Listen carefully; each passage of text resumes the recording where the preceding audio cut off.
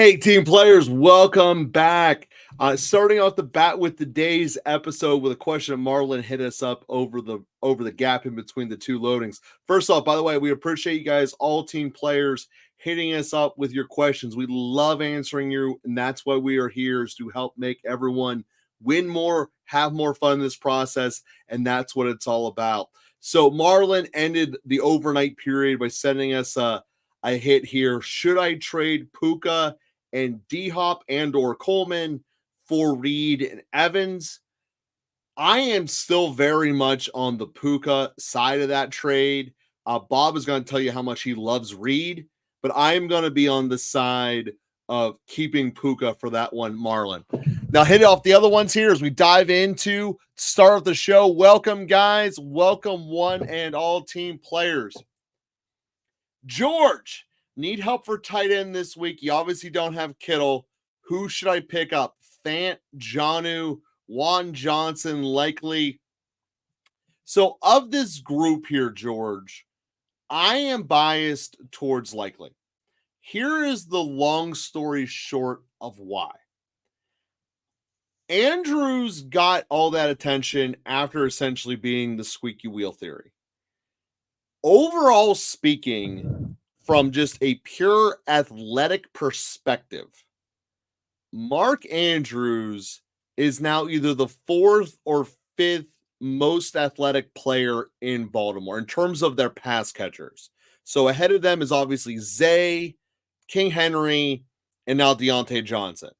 Likely is also ahead of Andrews. So I look at this and see Likely as getting the bump in that department. That being said, very, very crowded room here. As we look at Buffalo, or Baltimore rather, they're playing Denver. So Surtain can't be on everyone. He's going to be on Zay.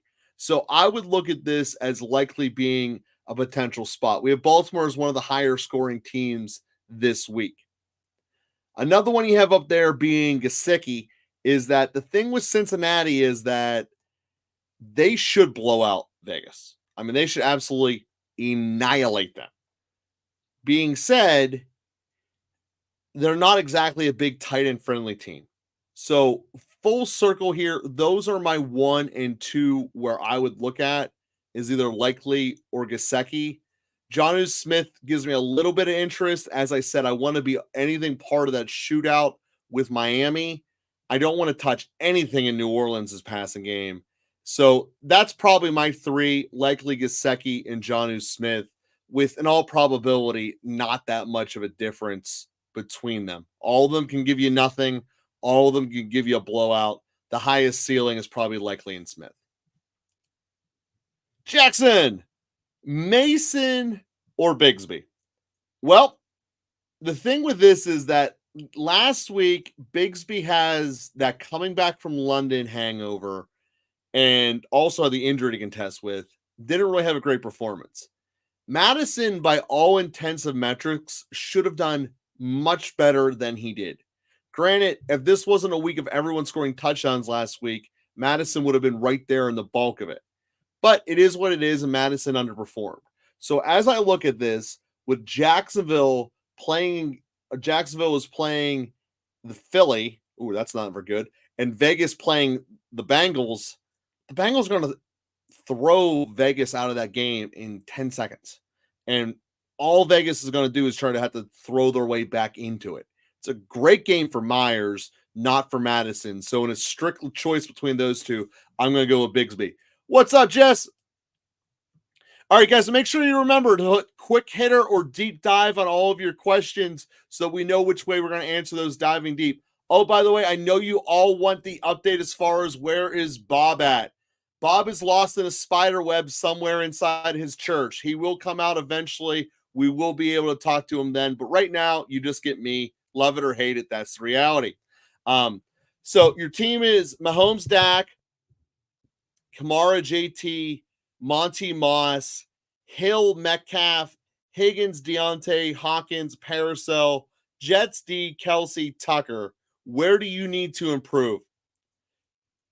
So moving into the playoff push, there's 2 players on your roster that I want to dispose myself of.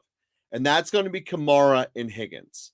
Higgins as the number 3 receiver can certainly be upgraded. It's not that Higgins himself is a bad player. It's that the situation with Higgins at the end of the year does not pose well given Cincinnati Bengals entering their free agency period. Most of them dramatically flake off and do not play if they're in a high profile enough position. Obviously, if you're a run-of-the-mill dude, you need to play. But Higgins is not a run-of-the-mill dude. Higgins has potential of being paid a top 10 receiver's wage at the end of this season. So I firmly believe, especially when the Bengals are eliminated for playoff contention, a hangnail keeps him out. And therefore, you lose your league championship because of it.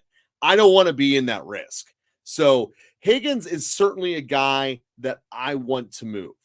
Kamara is another guy that I want to move because of he's already had his 2 blow-up games. He's riding off of there. He's having decreasing returns essentially ever since.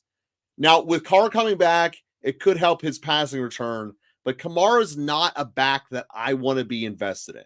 So the order of priority here is first pairing up Kamara to get him upgraded and out of your town. You're looking at a Gibbs. Possibly if you can get into a Brees. That's the kind of situation where Kamara has put himself in, and you might need to throw in a back-end piece to do that. Hopkins or Parasol, either one is fine in my mind to make that happen. So now that you've upgraded your running back, I then want to take Higgins, and I want to take Moss, and I want to go for what probably is a lateral move, straight upgrade into an A.J. Brown type. A Devontae Smith is also certainly capable there. You already have Metcalf. That would have been another great selection. But you want to go somewhere into that realm. And you always want to pair up in a 2-for-1, one receiver and another position and a back in the other position being what you're targeting. So when you're targeting a back, you include a back. When you're targeting a receiver, you include a receiver. It's just much easier to make those trades go through. Welcome, all of y'all. We see you all. Jesse, thanks for shooting out your questions. And we really appreciate everyone who's using the quick hitter or deep dive system, such as Austin right here, continuing the quick hits. So you just traded Aaron Jones to get Scary Terry. I have Walker, not worried about the past couple weeks' performance. I agree with you on that. You also have Bijan. So your second receiver at the moment is Reed, and you just hate the inconsistency, which is why you did the trade. Well, now that Reed is your third receiver, I'm loving where your team's at, dude. This is a really good spot. McLaurin also has some good matchups going into the playoffs. This is all true. This is one of the things, though, for all of you team players out there that we need to keep in mind. The NFL, as much as it has analytics and statistics that can give us good history information, it's still a week-to-week league. You know, we're looking at some matchups, say, ooh, I really don't want to play Denver as a receiver. Well, you do if Surtain goes out. You know, that's just the reality of it is that we thought entering this year that Dallas was going to be mastery. As you talk about Dallas's defense here, they're a joke right now. Without having their 2 pass rushers, they're useless. So we look at this and say it is a week-to-week league. That being said, injuries do tend to dwindle down in their rates and severity as the season goes on. We've gotten through the 2 biggest months of injuries. So I look at this and say, yeah, you want to have it, but what you want to get rid of the most is the obvious not going to be contributors to your teams, such as Higgins. Getting players on teams that are doing strong playoff pushes tend to be the best bet. Scary Terry certainly does that for you, Austin. Really like where you're at there. Quick hitter, second flex, pick one. Pittman, ETN, Parker, or Odunze. For me, this is going to be ETN. So that's where I'm at, Joel. I really like that we're going to have a real competent quarterback in there. We saw that Pittman, big target, gets himself open, great in those intermediate routes. He's probably their best stick mover. So I am going to be going with, in that answer, I'm going to be wanting to go with Pittman. Also, team players, love that you're hitting people out. And as far as looking around at the rest of your teams, when you're looking at commenting back on his quarterbacks, yeah, you're right. You're right about IE. You might want to have a little bit better than Mahomes. Mahomes is a name value than anything else. you can easily throw him into what I was saying before about one of your add-ons for a trade to make it happen. Thank you guys, team players, for sending up before. Cash Money sent me a question a while back, and I don't know if we ever got to you, Cash. So I'm going to give you a quick second here and answering it to you. Leo, I see your DD down there. You will be the DD once we get there, as you're the first on the list to give us one. So Cash Money's question that hit me from last week was AJ Brown trade. I just sent another guy, Hot Mason.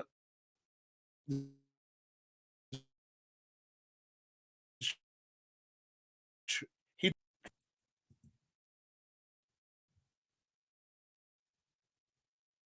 So yeah, I mean that's a great move there, Cash Money. I'm glad you did it. Sorry that the lag didn't hear you guys reading the answer, but the long story short is that was a good move, Cash Money. Glad you did it. All right, so you traded DJ Moore out of your life for Malik Neighbors. Dude, that is a win to the 1 billionth degree. Getting DJ Moore out for what's probably an upgrade at worst case scenario, a lateral move by picking up Neighbors is 100% a win. DJ Moore is one of these players that, inconsistent quarterback play is going to plague him the entire year. That's just the reality of the situation. Major win there. Do I think that Pacheco is going to be playing Monday? With him playing Monday night and today being Wednesday, we don't have any injury report data, but I don't. I actually think there's a very good chance that Pacheco doesn't actually get pushed into the roster at all. I think he's the exact opposite of Nick Chubb. They can win without Pacheco because of how great Hunt is. And they're going to use up Hunt because they can. Because, quite frankly, this is Hunt's last year of anything being productive. So, as I look at this, if I'm Kansas City, I'm certainly not forcing him back in the action before I need to. He's going to be plenty of time down the year. They have a huge lead in the division. They're the only undefeated team left. I'm looking at this and saying, hey, let's let Pacheco stay on the bench. I think that's also what they're going to do as well. I'm a little mad my league took all my wide receivers. One guy took Ridley and Tillman. That's part of it. I mean, we're in a spot in the year where you're chasing points. I get it. Of the two of them, I think I'd rather have Ridley. I think Tillman. Neither one of them are as sexy as they're made. They're just the flavor of the week because they had a blow-up game last week. In both cases, you had a quarterback change where the new guy was basically playing with house money, had nothing to lose. So, long run, I don't want to be in bed with either of those two.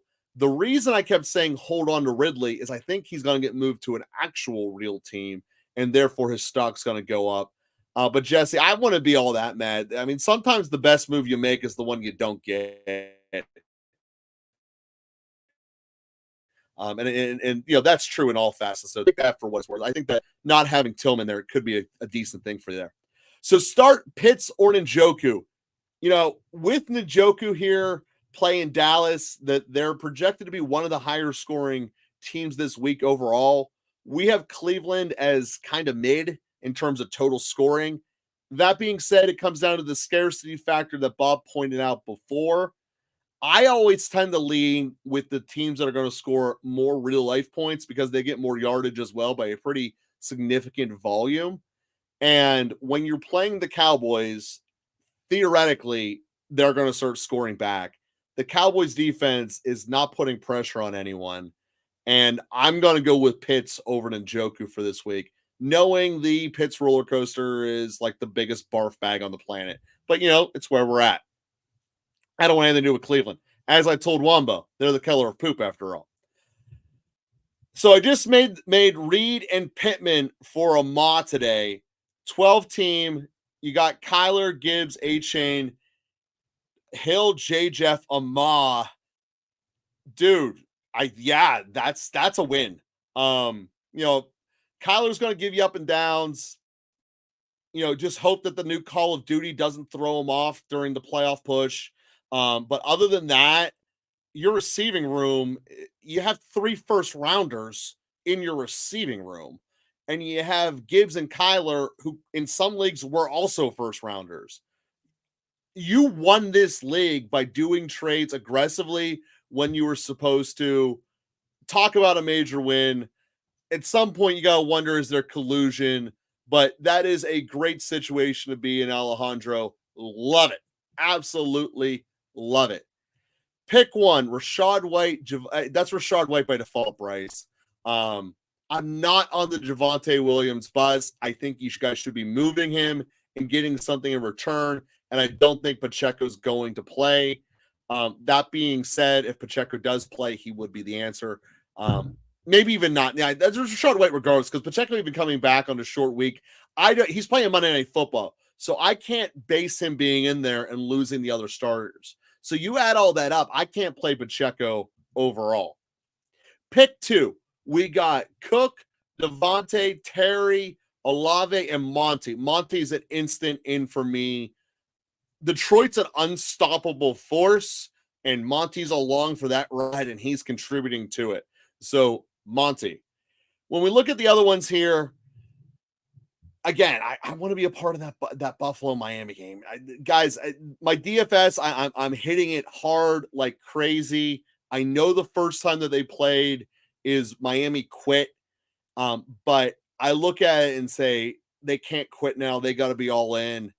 Buffalo just needs to pound them, and I think Buffalo is going to outscore them. But I do think it's going to be a shootout when it's all said and done. I want to be a part of that, so I'm going to go with Cook. That being said, that is a really, really good answer, Lipsky, of the amount of choices you have. Because you have so many choices, you should do some 2-for-1 trades, pairing these guys up with your starters respectfully, and really get some elite domination. Make your team look like Alejandro's, like you just saw up there, and how you can dominate. Otten or Laporta rest of the season? Have we gotten the gun suspension charges yet off of Williams? Because if Williams is out, it's Laporta rest of the year.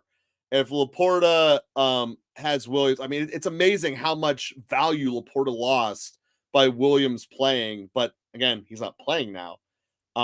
With Otten's situation, we know Godwin's not coming back, but with Evans will return. I also do see McMillan stepping into the role, not as large as Godwin was this year, but I do step it up. So perception-wise, as it is this moment of time, Otten's a better play. But I do believe rest of the year, particularly playoff push, Laporta is going to give you more juice when it's all said and done. Would you trade Garrett Wilson for or Devontae Smith for AJ Brown? Garrett Wilson's the one I would want to move. I have no fear having two Eagles on my team. I do in many of my leagues. I have no fear with that whatsoever, especially if you paired them up with Hurts. But Garrett Wilson is the one I would move. If you do have that concern, you then flip Devontae. But Wilson's the one I want off of my roster. Devontae Smith is your call right there. Alrighty, I don't see any other DDs here. So, Leo, I'm going to finish up these quick hits and then get to your DD. Oh, we got CCs as well. Nino, what's up, my man?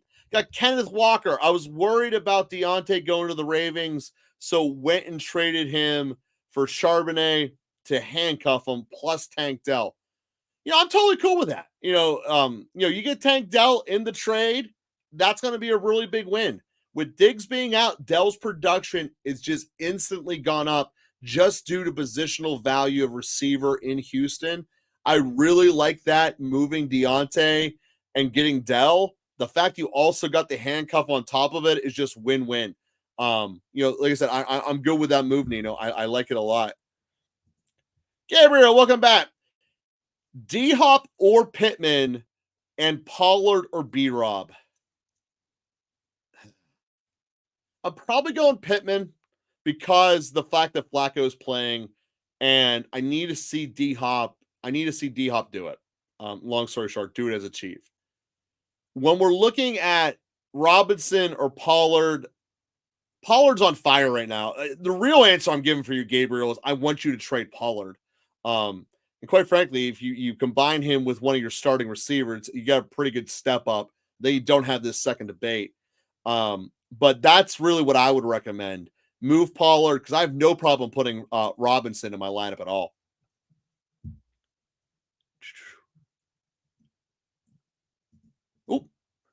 That was rest of the season, by the way. Okay, well, still, D-Hop is probably going to be rest of the season better than Pittman because at some point they are going to put Richardson back in and Pittman becomes useless. And I do believe Robinson's going to have a better rest of the season than Pollard. Pollard's probably at his peak.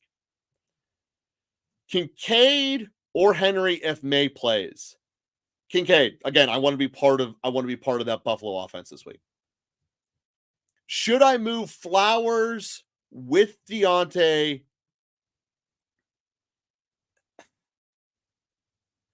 So if I look at the rest of your room here with Jettis, Puka, and Olave, and then you just traded Worthy for JMO, I would move Flowers, but I want to upgrade your receiving room. I mean, I look at your or Chris, I want to upgrade your running back room. I look at your receiving room; it's completely fine.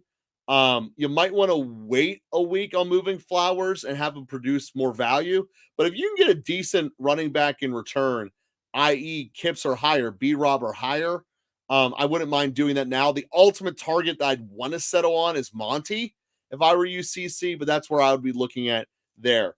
So, Marlon, we hit your question up at the beginning of the show before we started. Jump back to that. We're going to dive into our first of a couple of deep dives we've had sent our way here. That deep dive Q being right now Leo, who we're about to do, CC's, and then Quincy's. So, Leo, on the first deep dive of the evening, Puka, Cup, and Kyron went to start all three. Typically, like diversify is ideal, but big three is a matchup proof. I have Olave and JMO, Flowers on my bench, just trying to play my studs. Talk me through it.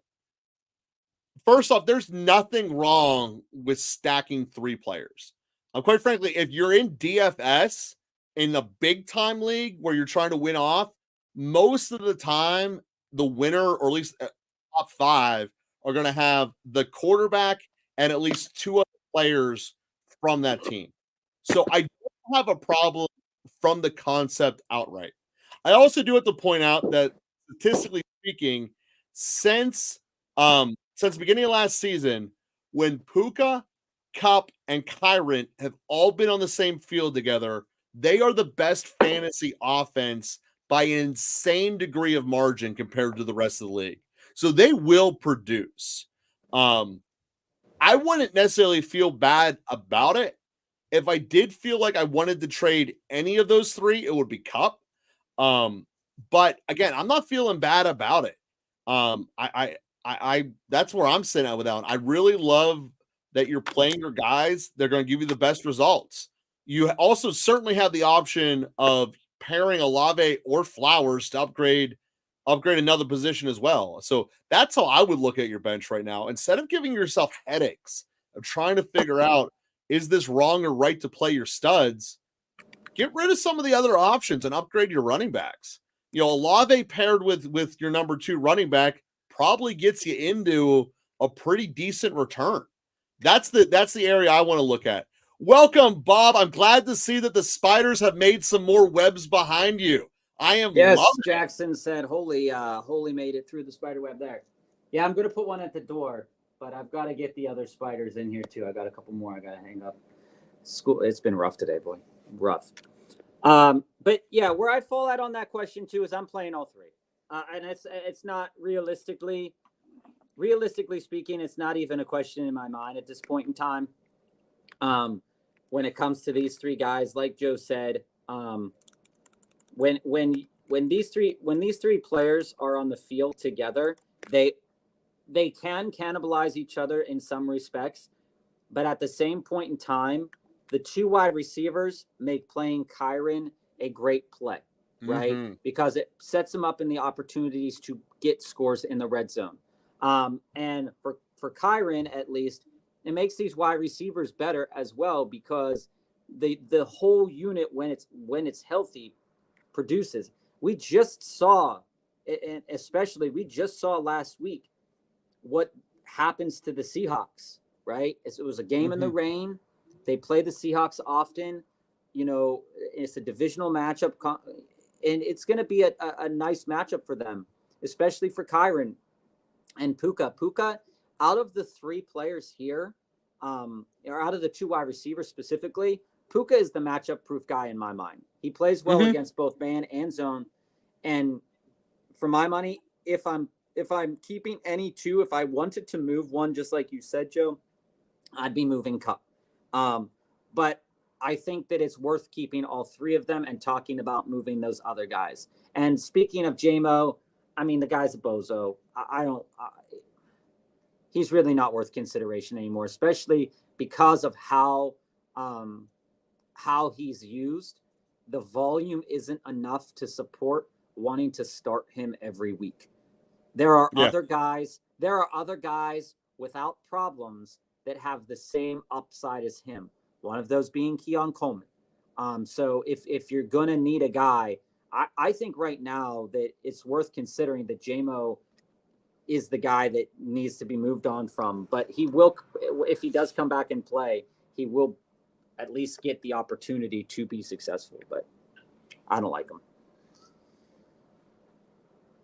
All right, Joe, hit us Perfect. up. And Marlon, as I told you before, the comment you gave us at the end of the last episode, we started this one off, so make sure you jump into here. Gabriel? So hit some more quick hitters, and then we will get into the next deep dive. So I'm looking to trade Thomas White for Pacheco. I'm looking to have 3 good receivers, 3 good backs. That's what you ultimately want to build. After the trade, you'll have London, Pacheco, and Devontae, Pittman, and D-Hop. So I think your next step after that trade, what I would do, I want to thin out those receivers. And I'm probably going to pair up London and Pittman, because even though Pittman's a great start this week, he's probably not going to be able to continue, because at some point they're going to put Richardson back in. And your backs being Mixon, Pacheco, and Tracy, you probably can do a pretty decent trade here if we put together Tracy with Pittman and London. You'll do a 3 for 2 and go get a stud receiver in return. And then you just realize you probably got to do a second trade thereafter. But each step along the way, you're getting the best player in the deal. That's how I would want to approach this, Marlon.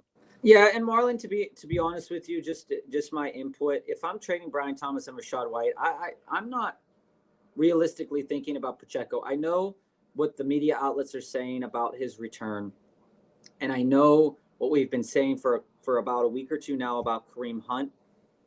It in my mind, especially with the way the Chiefs are playing, I mean, they're the best team in football right now, record-wise.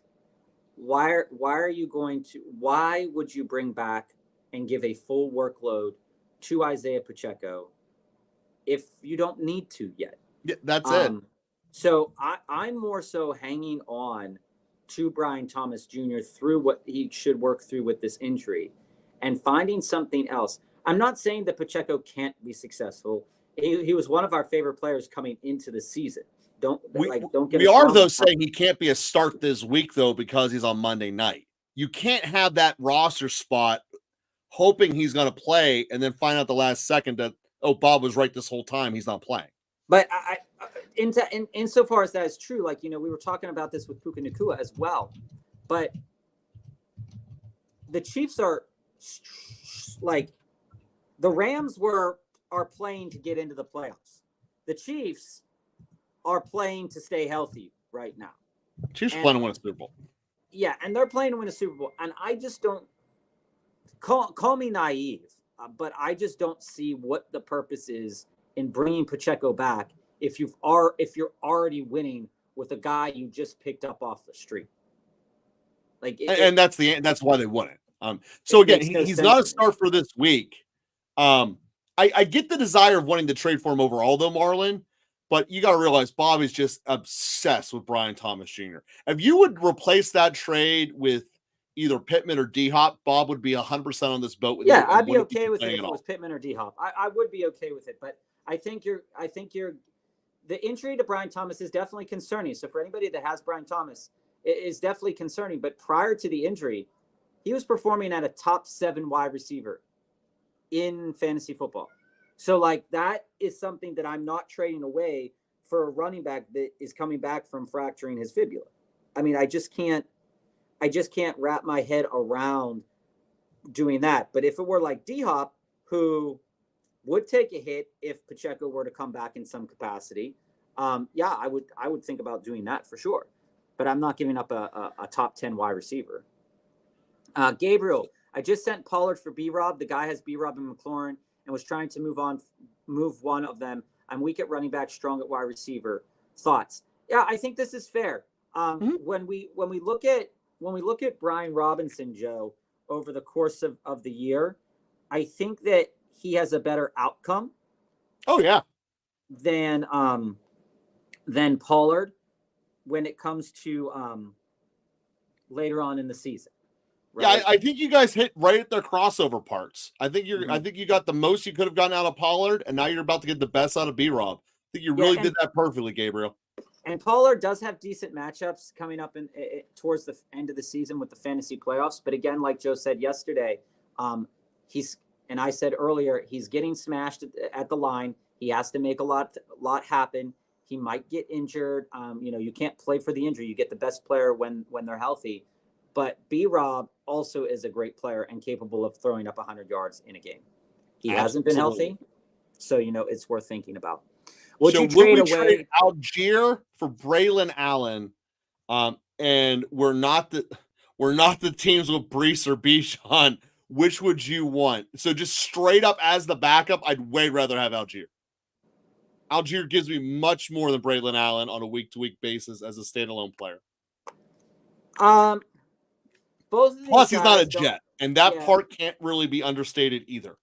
Both of these guys really don't tickle my fancy. They're not players that I'm excited about like owning. But when it comes to like usages, Braylon Allen last week did get a decent amount of usage, but the 3 games prior to that was basically nothing. So I'm not trading, and I know that Tyler Algier has had, is much maligned to an extent for the most part, but every single game he's been getting good enough usage. So I'm keeping Tyler Algier in the off chance that Bijan gets hurt because he has the better opportunity within that offense. And to go a quick point a little bit deeper here, it's a quick hit, but I'm going to shoot this one in here. Mm-hmm. Rest of the season points remaining in terms of how much the team will score overall. We have Atlanta based on their matchups as a top 3 offense producing points the rest of the year, and the Jets are mid for the remainder of the season. So that's another reason to stick with Algier. Yeah, I agree. Quick hit. So you were offered Metcalf and Waddle for Tyreek Hill. Yay or nay? Should I counter for Metcalf and Cooper? Well, first off, Wave, Waddle's a better asset than Cooper, so you don't want to downgrade your offer. At the end of the day, Cooper is a declining asset as the weather gets colder. He is every year. Waddle, on the other hand, is going to be playing for his coach's life with a quarterback who's theoretically having less cobwebs in his head than Bob has in his room. So as we look here, I really like it. Metcalf or Waddle, I think, is fair. If you look at the rest of your roster, I can see how you'd want to start them over Coleman and Mooney.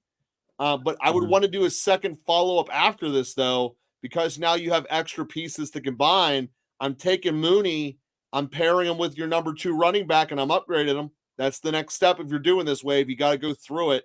But of the 2 options you present to me, of Metcalf and Waddle or Metcalf and Cooper, I'm taking Metcalf and Waddle all day. Bob, starting point, you think that's even fair for Tyreek? And which version would you have?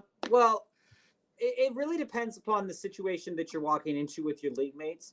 But I think it is very reasonable because Metcalf, when healthy, is one of the best wide receivers in football. I mean, that can't be understated. The guy is a genetic freak. We see him making catches that other people would not be able to make. And the schedule, especially at this back half of the season and the end of the season for Seattle, I want to invest in that. And still, if I can get a player on this Miami team, which has trailed off in the past towards the end of the season, I'm willing to do that. And when I look at your team for the future, I I do think that Downs and Keon Coleman are going to be valuable assets for you as the stretch run of this season. And so looking at this, if this is how you'd want to approach it, Metcalf and Waddle would be the side that I'd be on. But I don't necessarily think you also need Metcalf and Waddle. If you needed some other positional upgrades, I think you could try to sell Tyreek for that. But as it sits, I think that Metcalf and Waddle is great to own, but I'd also be comfortable sticking with Tyreek, Kupp, Keon, Mooney, and Downs.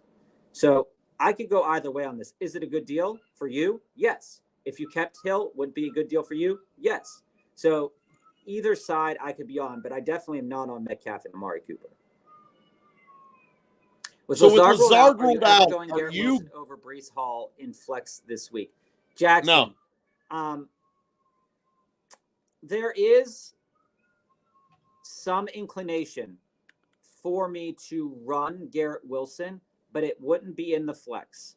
It would be as a wide receiver. Looking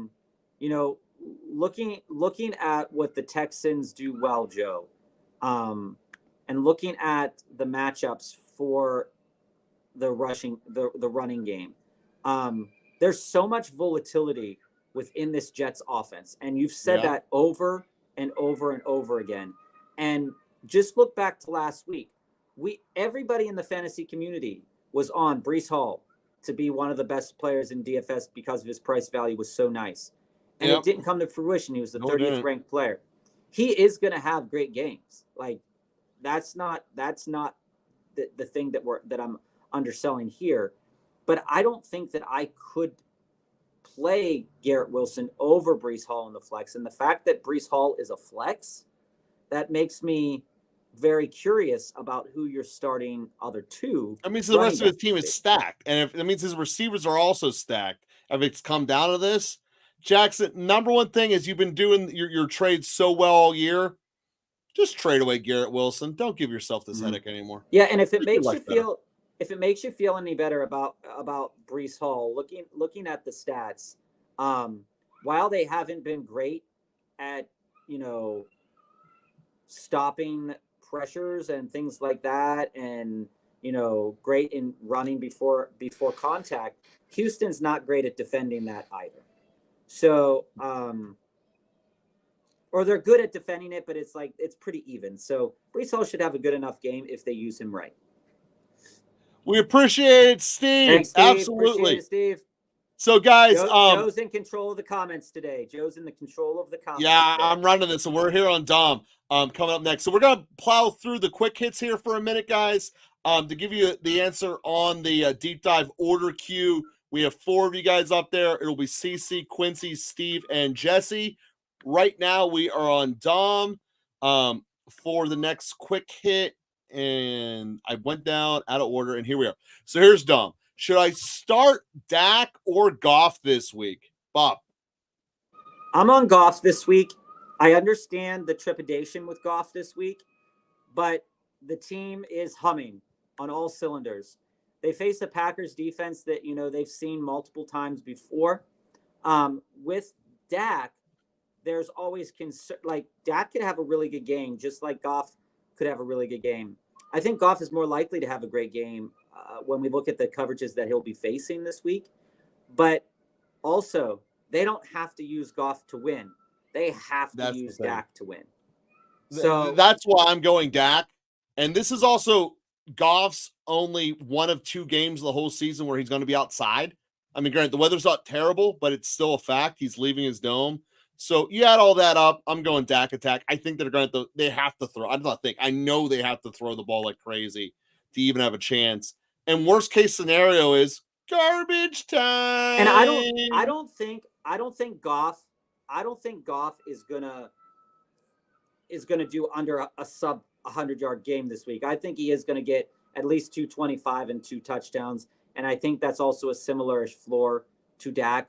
But I would rather invest myself in the better offense right now. And the fact that Green Bay plays man at a decently high percentage, he destroys that. I think this is going to be a good game for Goff. I'm not saying he's going to get 4 touchdowns, but I'm pretty sure he's at least going to get 3 without an interception. and I think Dak will throw at least 2 interceptions. All right, Bob, I answered this one while you were putting up your spider world. Well, I wasn't putting up the spider world. I was dealing with teacher problems. Teacher problems are different than you don't spider need to dive problems. into that. That's real life shit. Spiders are fun and decorative. I'm on Pittman. And just a couple reasons why, really quickly. Joe Flacco looks to be the starter right now. He's not going to be the starter the whole year. I think he will be. I think it's. I don't think. Gabriel, that's the fundamental difference in our answer. Just to put it out there. He thinks Flacco's playing the rest of the year. I think they're going to succumb to pressure to put the rookie back in. Here's the problem. The Colts want to win. They're in a position right now to play for a playoff spot with their record. Yeah, they're not going to be in week 14. And in order to do that, they're going to need to use Pittman. Now, this is where I vary with you on. At what part of the Colts game do they look anything above average? I don't think they're totally average. Joe, I didn't say they looked above average. What I'm communicating is that I don't think Hopkins is going to be as relevant as you think he's going to be. When you look at the movement from team to team for DeAndre Hopkins, number one, he's already dealing with soreness, just like Pittman was dealing with back stuff towards the beginning part of the season. Secondly, you have potentially. Yeah, but it's kind of like what Wumbo said. Now I have a real quarterback. Now I feel better. Plus Juju will be back. So we haven't seen a game where Juju, Hopkins, Pacheco, Hunt, Kelsey, and Worthy are all playing. And we've just said multiple times that Patrick Mahomes is not a top 12 fantasy quarterback this year. All of that is true. But I think it is more likely, at least over the course of the rest of the season, that in order to win games, Flacco will have to throw 3+ touchdowns for Indy to win a game. And in order to win that game, he's going to have to throw those 3 touchdowns. Who's he going to throw them to? Well, Downs. He doesn't throw the ball to Pierce because he can't throw the ball that far anymore. He throws to Mo Alley Cox a lot. Then Pittman, then the tight ends. I'm not saying that they're a talented team. What I'm saying is that there are so many ways that Kansas City can beat you that they don't have to. So while I get that, my bigger fear is that the Colts are going to be physically out of the playoff hunt during the playoffs for fantasy football. And when we're considering in the playoff push, D-Hop's 7 points is a hell of a lot better than Pittman's 0. But why? But my statement about D-Hop stands is that D-Hop hasn't really been healthy over the past 2 seasons for significant stretches of time. Oh, I understand that too. I'm not saying either one of them are third tier. In football terms. What I'm saying is that in terms of production in the playoffs, I'd rather roll the dice with Mahomes than Richardson. And I disagree that they're bringing Richardson back. After again, Gabriel, this is the fundamental disagreement. I think as soon as they're out of the playoff hunt, they're benching Flacco. Joe, there is no stretch of the imagination that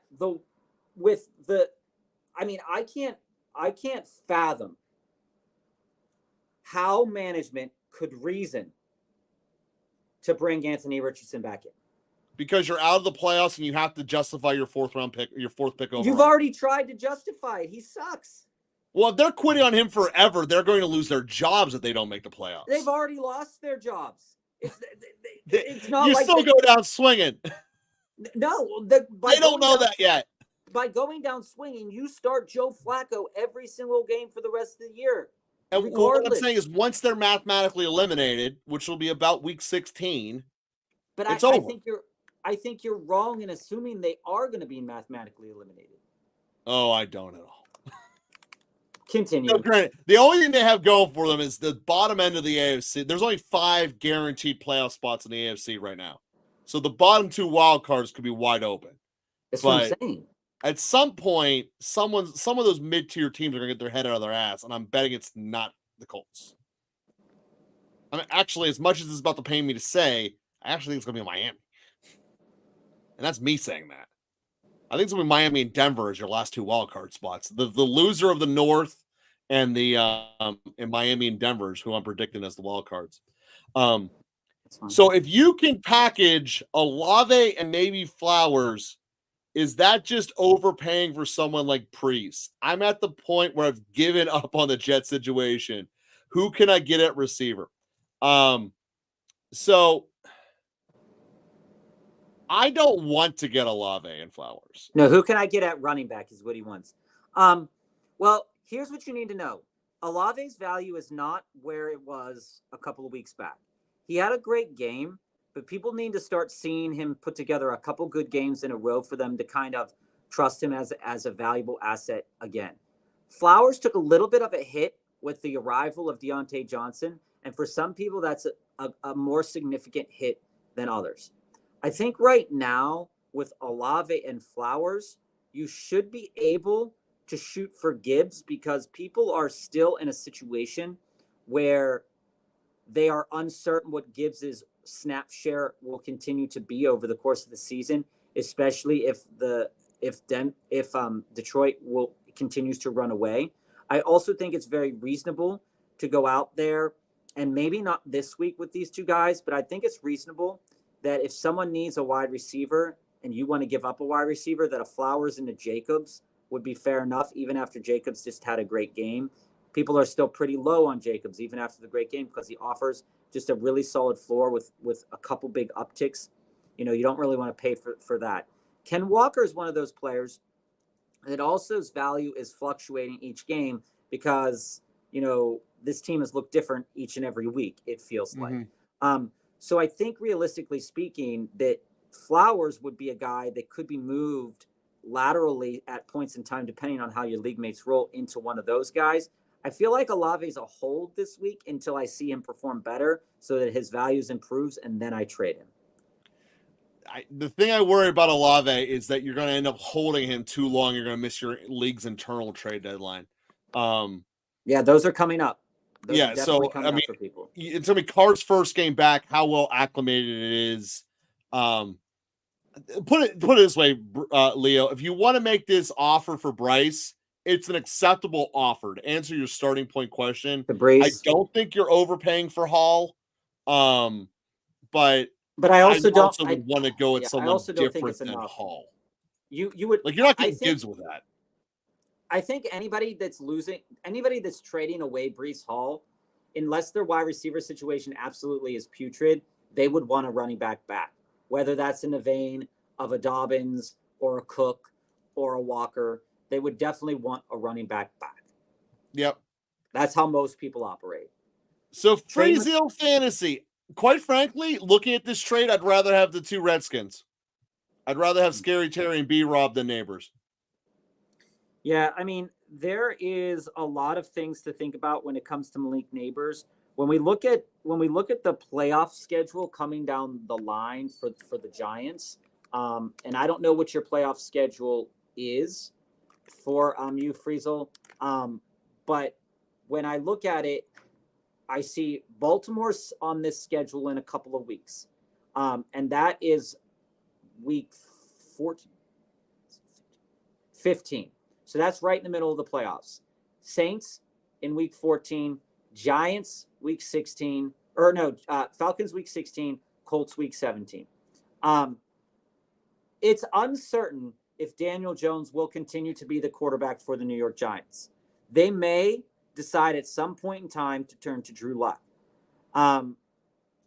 Insofar as that's true, Neighbors seems to continue to be, he was lights out at the beginning of the year, and that was the point in time to trade him away if you owned him. If you were trading into him right now, I think it's reasonable to think, just like Joe said, that McLaurin and B-Rob both have similar-ish outlooks.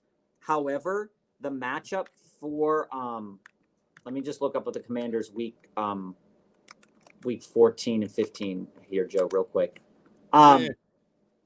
When we look at the matchups there for you, I see a similar kind of situation.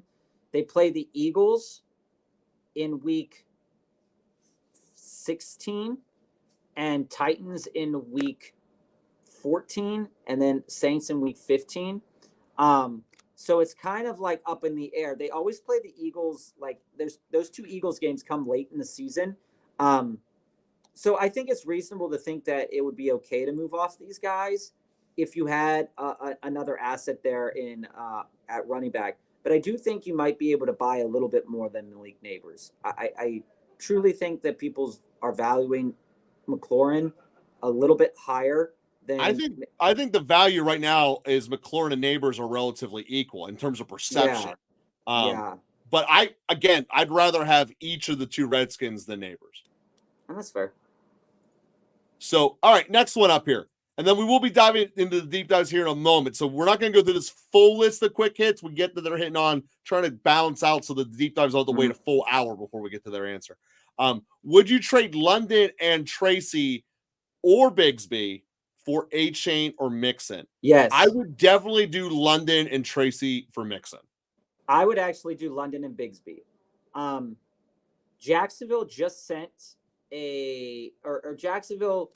Jacksonville's dealing with some offensive line stuff again. They just lost Kirk for the season.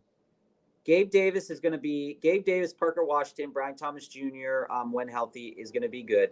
The pathway for Bigsby is that he is the clear number one running back on this team, it feels like. And it doesn't seem to be that that's a question right now, especially with people wanting to move.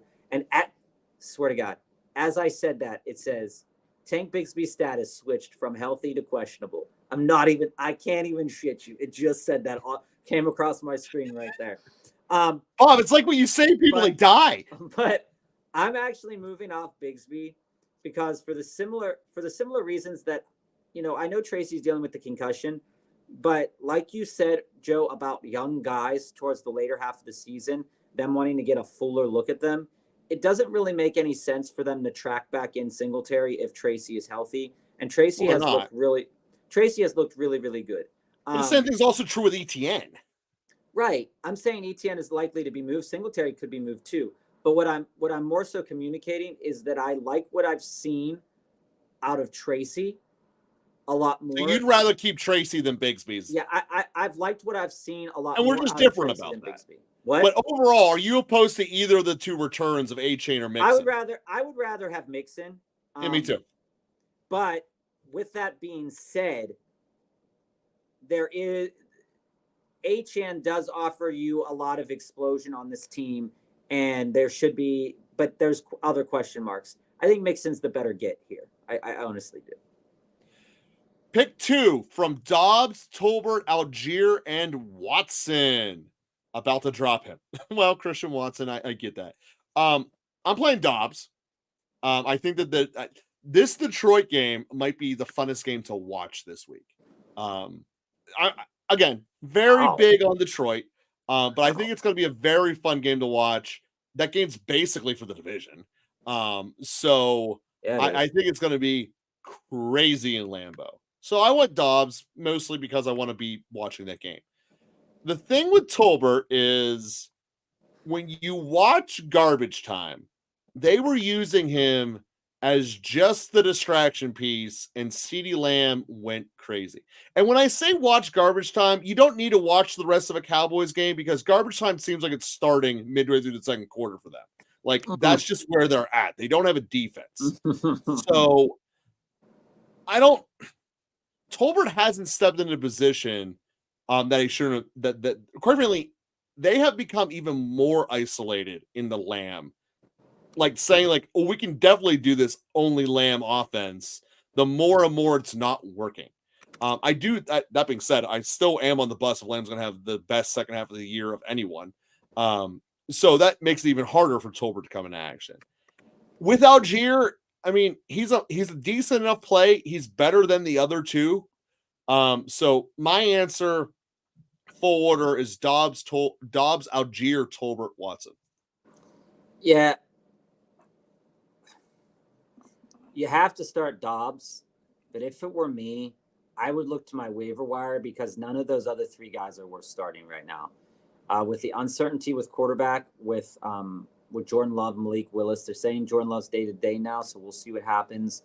Tolbert, we talked about Tolbert a while ago, but Tolbert right now, I don't see the ceiling. So that's more so what I'm communicating to you, conscious here, is I don't see the ceiling with or with Jalen Tolbert. I don't see the ceiling with Algier, and I don't really see the ceiling right now with Watson. So I would kind of try to investigate what's happening. And I know the garbage time is there. I mean, I think I'd have to be on Dobbs and Tolbert because I don't see any ceiling with the other three players. It's just which really is fair. I mean, that's the way it is. So, Gabriel, to answer your question here, what total I use for points projection? Local football flavor, we made our own machine. Long story short, it's a statistical based machine that is all started from the betting markets. Fundamental fact, there's all kinds of information out there. This used to be the intro to every episode, but there's all kinds of information out there that people put out. Some of it's crap, some of it's good, but where it truly gets sifted is by the professional betting market and people putting the mega millions on the line on each individual wager. Those casinos don't get stuff wrong, and using them as my starting point is the basis of our projected points when we're looking at things. Now, that being said, we still do other analytics as well, but the starting point of it and the basis of it is the betting markets of the world here. And then one last one here before we. Yeah, no, go ahead, Joe. Conscious, this is what I was just talking about. Our next deep dive. Deep dive flyer. I know that Austin and Raymond have been hot.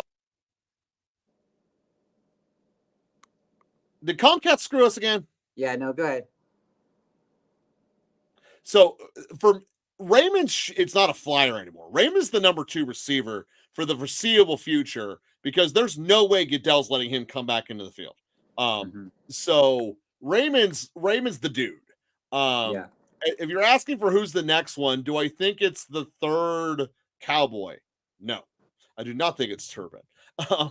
So if I had to call for a deep shot, the guy that no one sees coming, the guy that no one's giving any really love to, dude, the rest of the season or this week. Right now, you have to believe Conscience, that a guy like Jalen McMillan is a piece that looks solid. I mean, he's the guy that's on our radars. He's the guy that looks solid. I had to drop him a couple weeks back. I wish I would have got him back. That didn't happen. If you're looking for something deep with potential explosion, go look into Houston right now. Tank Dell, John Mechie, Xavier Hutchinson. One of those, Hutchinson could be worth starting. He got some looks a couple weeks back, then he didn't. So that's kind of the angle that I would look there, at least for the next 2 weeks. Hutchinson, John Mechie. Look at what's happening. Look at what's happening in Houston. Maybe the number 3 for the Jets with Lazard out. It's dirty. Who is that guy? It's not Corley. It's somebody else, maybe. Regardless, and the number 3 for Minnesota is never bad to look at either. Yeah, you can look at Jalen Naylor. You can look at you can look at Yoshifas from the Bengals as well. The operating system. Yeah, it's something to think about. But for this week, at the very least, at the very minimum, my bet, I would rather start Khalif Raymond over Tolbert. Oh yeah, over all of them. Being honest, if I had the choice between the two, I would rather choose those. So we're going to get into the next couple of quick hits after this deep dive. So Joe, lay it on us. Hunt or Monty this week. Hunt's matchup is juicy, but Monty just feels playing wrong. Yeah, I don't want to be. You're definitely playing Kareem. Let's start with that. Do you not have flexes in your league? Like, what's going on here, CC? So for me, this one's, given the situation, you have to play Monty. I mean, this is what Dan Campbell was built for. Let's just out hit Green Bay in their house, and Monty is his bludgeoning weapon. I mean, that is what Dan Campbell's about. That is the basis of Detroit. Monty, I think, is a great play in all facets this week. You also have that bonus concern, although I'm not as concerned about it as others, about will Hunt actually get the bulk of the carries with Pacheco looming. I think they're riding Hunt into the ground, just as Bob said. I think you're both going to get, I think all three of these have smash hit written all over them. But given all the extra variables, Monty has no negatives pointing to him. Hunt Well, has a potential I will one. say this. I'm going Monty. I will say this. I do like Hunt this week for the sheer fact that when you look at the matchups on the offensive line and defensive line, the Lions are one of the best teams in terms of a rush grade. Okay, Yeah. one of the best, and they're facing Green Bay. That's very mid, right? And yes, I understand the concern that Hunt in the last several weeks has offered more yardage and more touchdown upside than Monty. Totally get that, 100%. Because Monty has only had 9 rushes the past 9 and 9, so 18 rushes the past 2 games, 64 yards and a touchdown. That is not anything that you want to buy into. However, what I will say is this. Last week, he got a passing touchdown. The weeks before that, from the beginning of the season until the game against the Vikings, who have a very good rush defense, a touchdown every game. Some of them 2 touchdowns. I think we would be playing ourselves. And I'm in the similar situation. I own both of these guys. We're in my 8-man league. I have Barkley, Bijan. It's an auction league, so I bought both those guys. Monty, Dobbins, and flexes and stuff. And I will be rolling out Montgomery this week. And last week I rolled out Hunt, and their point spread was very close to one another. I don't think that there's a lot of variance to these 2 players, but it's very, very clear that Montgomery is in a very, very good situation. And yes, the yardage totals for him are almost inconsequential because, like Joe said, he is the hammer. And so I know the narrative that Gibbs is getting red zone looks, and that's fair, but also that comes on his drives. And Dan Campbell knows how to keep his guys fresh. He knows how to use his guys to win. And this is a divisional matchup. It is against a much hated rival, and he will use all capacities to blow this team out of the water if given the opportunity. And if he has to use Montgomery to get 5 touchdowns, he will use Montgomery to get 5 touchdowns. That is the way that Dan Campbell coaches. I'm so excited for the Detroit game. So back into the quick hits. Chaka, would you trade Higgins in return for Tillman and Downs? That's not enough for Higgins. I mean, I'm all about getting rid of Higgins. That ain't enough. Yeah, Chaka, I do like Tillman and Downs long-term over the course of the season with their new quarterback situations.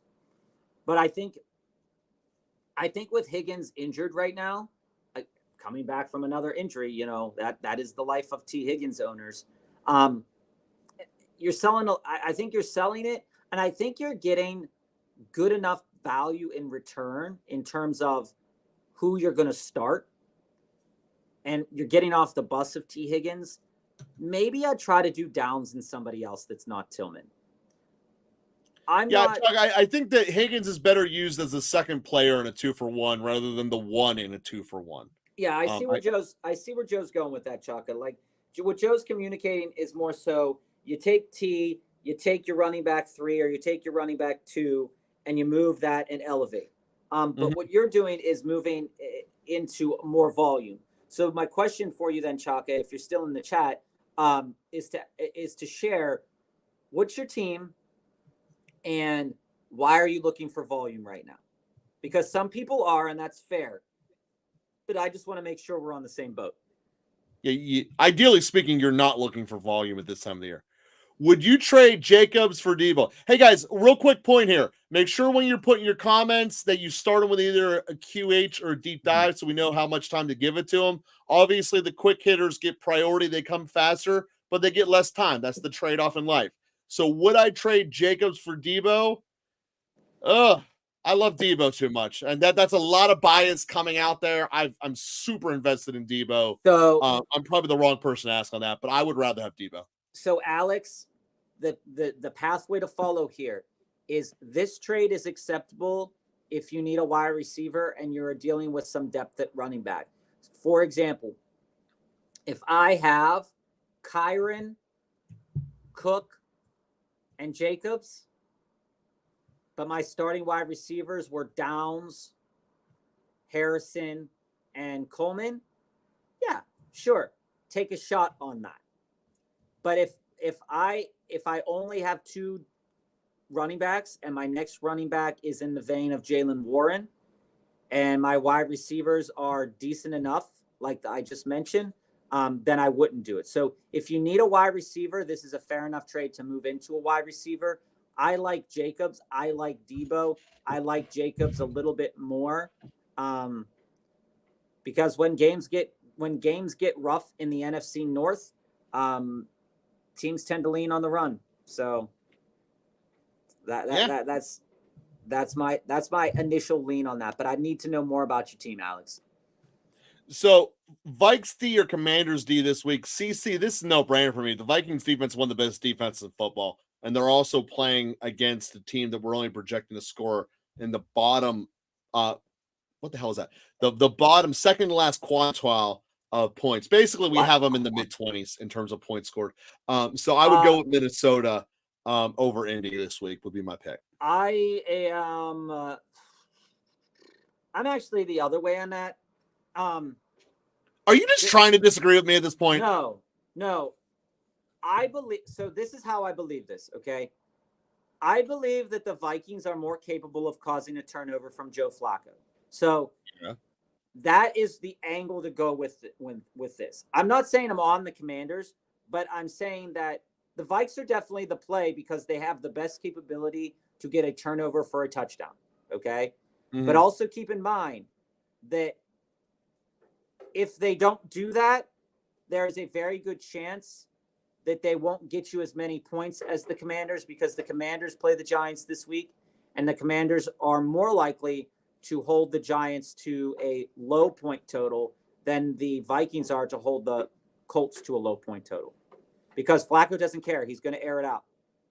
The Colts could score 23 points, and depending on your scoring system, if they don't get that turnover, then it's kind of cooked. I'm still on the Vikings, but that's just a thought to keep in mind as you roll out the Vikings this week. They're not very good against defending the pass, guys. They're really not good. So if you have Joe Flacco and you don't have another option, now is a good week to roll out Joe Flacco, because again, Joe Flacco doesn't care. He could throw for 3 touchdowns, 4 interceptions. He just doesn't care. He sure doesn't. I've been trying to trade Wilson. No one wants him. Well, people are starting to get smart. Got an offer of Adams. No one's won any part of the Jets disaster. Nobody does. No, they shouldn't. For a bag of chips. You got to throw in the chocolate milkshake there, CC. I agree. And when it comes to Garrett Wilson, here's the thing, guys. We explained to you many weeks ago, after that big blow-up game with the 11 receptions, that was the time to sell Garrett Wilson. Unequivocally, that was the time to sell Garrett Wilson. If you didn't and you kept him, he is a good enough asset on a team. Is he? He is. He's not any worse than any other wide receiver that I'd be trotting out in my wide receiver 3 slot. I'd rather play Higgins. Right? But at the same point in time, as the year goes on, people are going to want to sell Jets, and people are not going to want to buy Jets. I mean, you have to take this into consideration, everybody. When it comes to the Jets, most of the fantasy community out there is out. They're out on the Jets.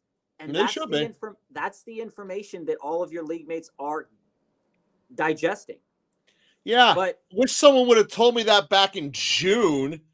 But wait, I did. Much that Bob wouldn't let me talk about Garrett Wilson anymore. And that was before Devontae Adams was on that team. The fact of the matter is that when it comes to it, Garrett Wilson is not the piece in a deal. He is a piece in a deal right now. And his value follows suit. If you want him to be the piece in a deal, I think for most people, unfortunately, you're moving him for a J.K. Dobbins. Right? If you're moving Garrett Wilson right now, he moves you straight into a J.K. Dobbins. If you're moving him for another wide receiver, he's part of a package deal. And when I say that, that's like I'm moving James Cook, I'm moving Garrett Wilson, and I'm moving Wan'Dale Robinson. to move into Amon-Ra St. Brown. So Yeah. you're gonna have to give up a lot more than you want to give up, plus Garrett Wilson to move into somebody else right now. But if you want to make a lateral move, you can easily move into J.K. Dobbins. You could talk to the Olave owners, see what they want to do. You could probably move Wilson into Waddle if you wanted to. I don't necessarily want to do that, but that's the type of deal that for right now, that's going to have to happen that way. So, Jesse, let me break this down for you as far as Kansas City's offense and Hopkins and Juju. So, Juju is assimilating the natural role of Rashee Rice.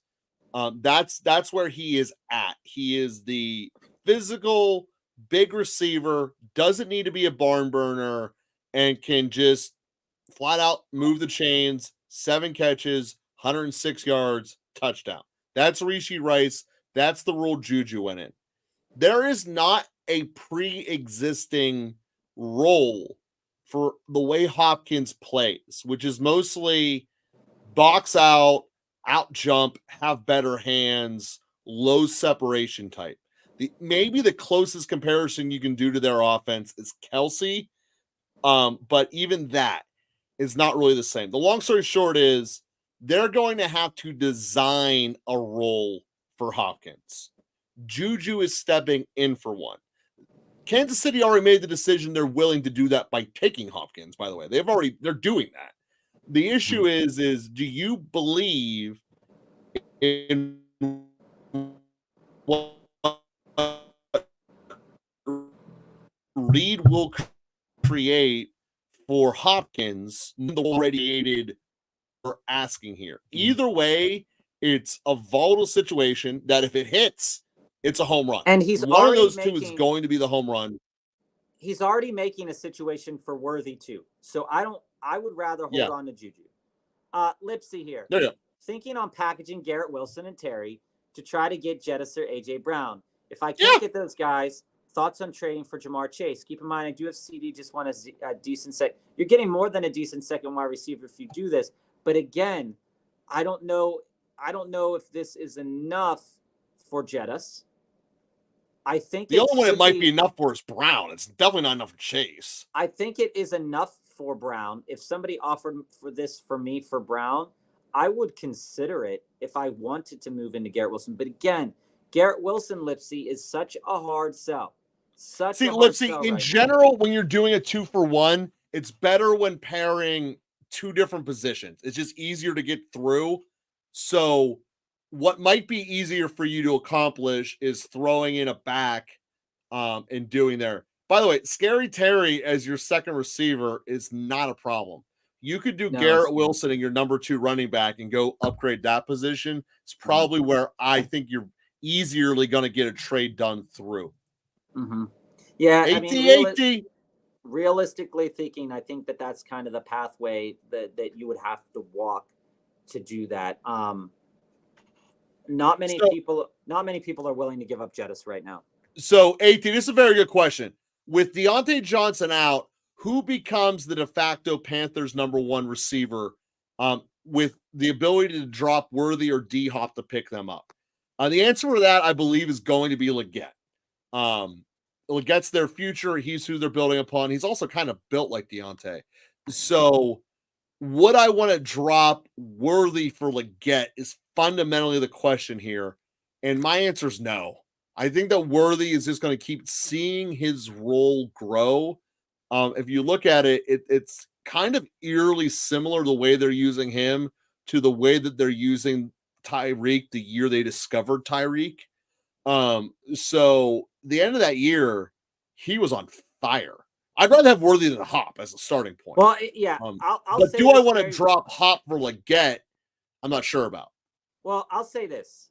Leggett has been on most teams for a while now. So the fact that he is on your waiver wire, after his performance against the Commanders and stuff probably made people scared. Just as a piece of information, this is not a very high passing volume team. No, it's similar to the Denver Broncos. They're down and such. So just be aware of that as you go out and to navigate this wide receiver situation. I do like old man Thielen, but Joe brought up a really good point last week in that, these young guys, they need to let these young guys progress in some capacity. They do have Jonathan Mingo. They do have Coker. They do have Leggett. Out of that grouping of young wide receivers, there's value in Coker. There's value in Leggett. I think Leggett has a decent enough chance to put up just as many points as Hop in a given week. And Worthy, and to that extent too, when we were talking about Worthy is not, while I think his rest of the season outlook is very good as a player, right? It's not yet at the point where I'm willing to rock him in the lineup unless it's like a bye week scenario or I'm in a deep flex league or something of that nature. So far as that stands, I do think that the outlooks for both Leggett and Worthy are very similar, because while Mahomes is a better passer, he's not giving as many opportunities to Worthy. And while Bryce Young is terrible at his job, Leggett will probably have a little bit more opportunities. So for me, I'm dropping D-Hop for Leggett, and I'm kind of threading the needle on these two guys and saving them for a couple of weeks to see what happens, because they might turn out that they will have really good value, especially Leggett moving forward. Derek. All right. Oh yeah. I think we're in a little bit, we're gonna jump in our deep dives, just so you know we're around that queue. It's gonna be Quincy, Steve, and Jesse, following a couple of the quick hitters here. Yeah, so Derek here, Josh Allen and Monty for Saquon. I have Dak as my backup, or could add Stroud or Tua from waivers. It's nice that you can add these quarterbacks from waivers. I think that I would consider this, Derek. Looking at Saquon Barkley. Saquon Barkley is a stud, always has been, always will be. When you look at giving away Josh Allen is capable. Don't get that twisted. He's capable of putting up 30-point games. We've seen it in his past. We see it all the time. Saquon Barkley has a great rest of the season schedule. So Monty also has a great rest of the season schedule. So for me, I think that if I can go out and get Saquon today, I'm going out and getting Saquon today. I do think you're giving up a lot to get him, but I think this is the right price for Saquon Barkley. So I personally don't want to pay that price. But when I look at what you have on the back end at quarterbacks, I think it is worth it if you do trade Josh Allen to pick up Tua. That is definitely worth it to pick up. The only reason I'm even considering trading Josh Allen in this deal is because of the strength of the quarterbacks on the waiver wire that you have. I understand that. There's two parts to this. I really love Monty and I love his game. I just the fear of Saquon injury never has left my I've been scarred. Yeah, I get it. Scar tissue, baby. I get it, and Derek, we had a viewer here who traded Gibbs into Rashee Rice the week that Rashee Rice got injured. That is part of the game. We can't scare ourselves into overthinking things. But you have one of the best quarterback options out there. You also have a running back who is capable of putting up great weeks, week after week after week. If you feel like you need to do this, Saquon Barkley is the right player to do it with. I just want it. So that we differently there, Derek. All right, would you do Mason and Jennings for London? He said he would do Mason and Jennings. If I know Joe will disagree with me on this, but I do think that you are getting a lot of value right there for Mason. You are. A couple weeks ago, you wouldn't have been able to do this because of Jennings' value too. Jennings is going to have value in this offense. That is something that's going to happen. He can perform really well. We saw that happen. How I would view this, Jesse, I would be comfortable with the volume that London gets. That hasn't really changed much. With the volume that London gets, that I would be comfortable moving into London with these two guys. It cleans up your roster a little bit. It gives you a de facto starter for the rest of the year. Even if Joe doesn't believe that he's a de facto number one, he's a de facto number two wide receiver for a team. I think Jennings is going to be that by the end of the year too, though. Right. Jennings is sliding into the Ayuk position. And that's absolutely a fair assessment. I think you're overpaying. But Mason's situation has gotten muddled. And I don't know for how many more weeks that I can say that Mason is concretely Oh no, I get it. I just want RB2. to. If you want to do that trade, I just want to use someone other than Jennings. I'm not opposed to Mason and a piece into London. I just don't want that piece to be Jennings. But if he said he would do it for Jennings, then I don't do it. I mean, that's crossed the line. Right now, I've drawn a line. Jennings doesn't leave my team. Right now, Drake London is tied for third in terms of receptions. Yeah, I understand that. I don't want Jennings to leave my team. I think he can give you potential 30 pluses in the playoffs. London, yeah, and that's fair, Jesse. So I mean, Joe's suggesting that if you wanted to, but here's the point that I want to make. Joe, the way that Joe views Jennings is probably the way that this teammate or that this league mate of yours views Jennings. And he's willing to take on the assumed risk of Mason for the assumed great return in value that Jennings will be. And he probably doesn't trust that London, like Joe, will continue to be able to return that value. Nailed it. So there are many ways to view this situation, but if you want the basic guaranteed volume with a very much a decent degree of upside, again, Dallas, New Orleans, Denver, they have the week 12 bye, Chargers, Minnesota, Vegas, Giants, Washington. It's a nice schedule for wide receivers. I'd be okay with it. Quincy, start one running back and two flex. Start one running back and two flex. He gave us 4 players that are all running backs. So this whole question is, which one do we bench? Paraphrasing even smaller. Do we bench Moss or do we bench Algier?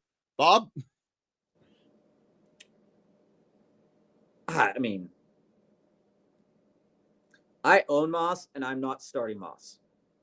So take that for what it's worth. I own Bigsby and I am starting Bigsby.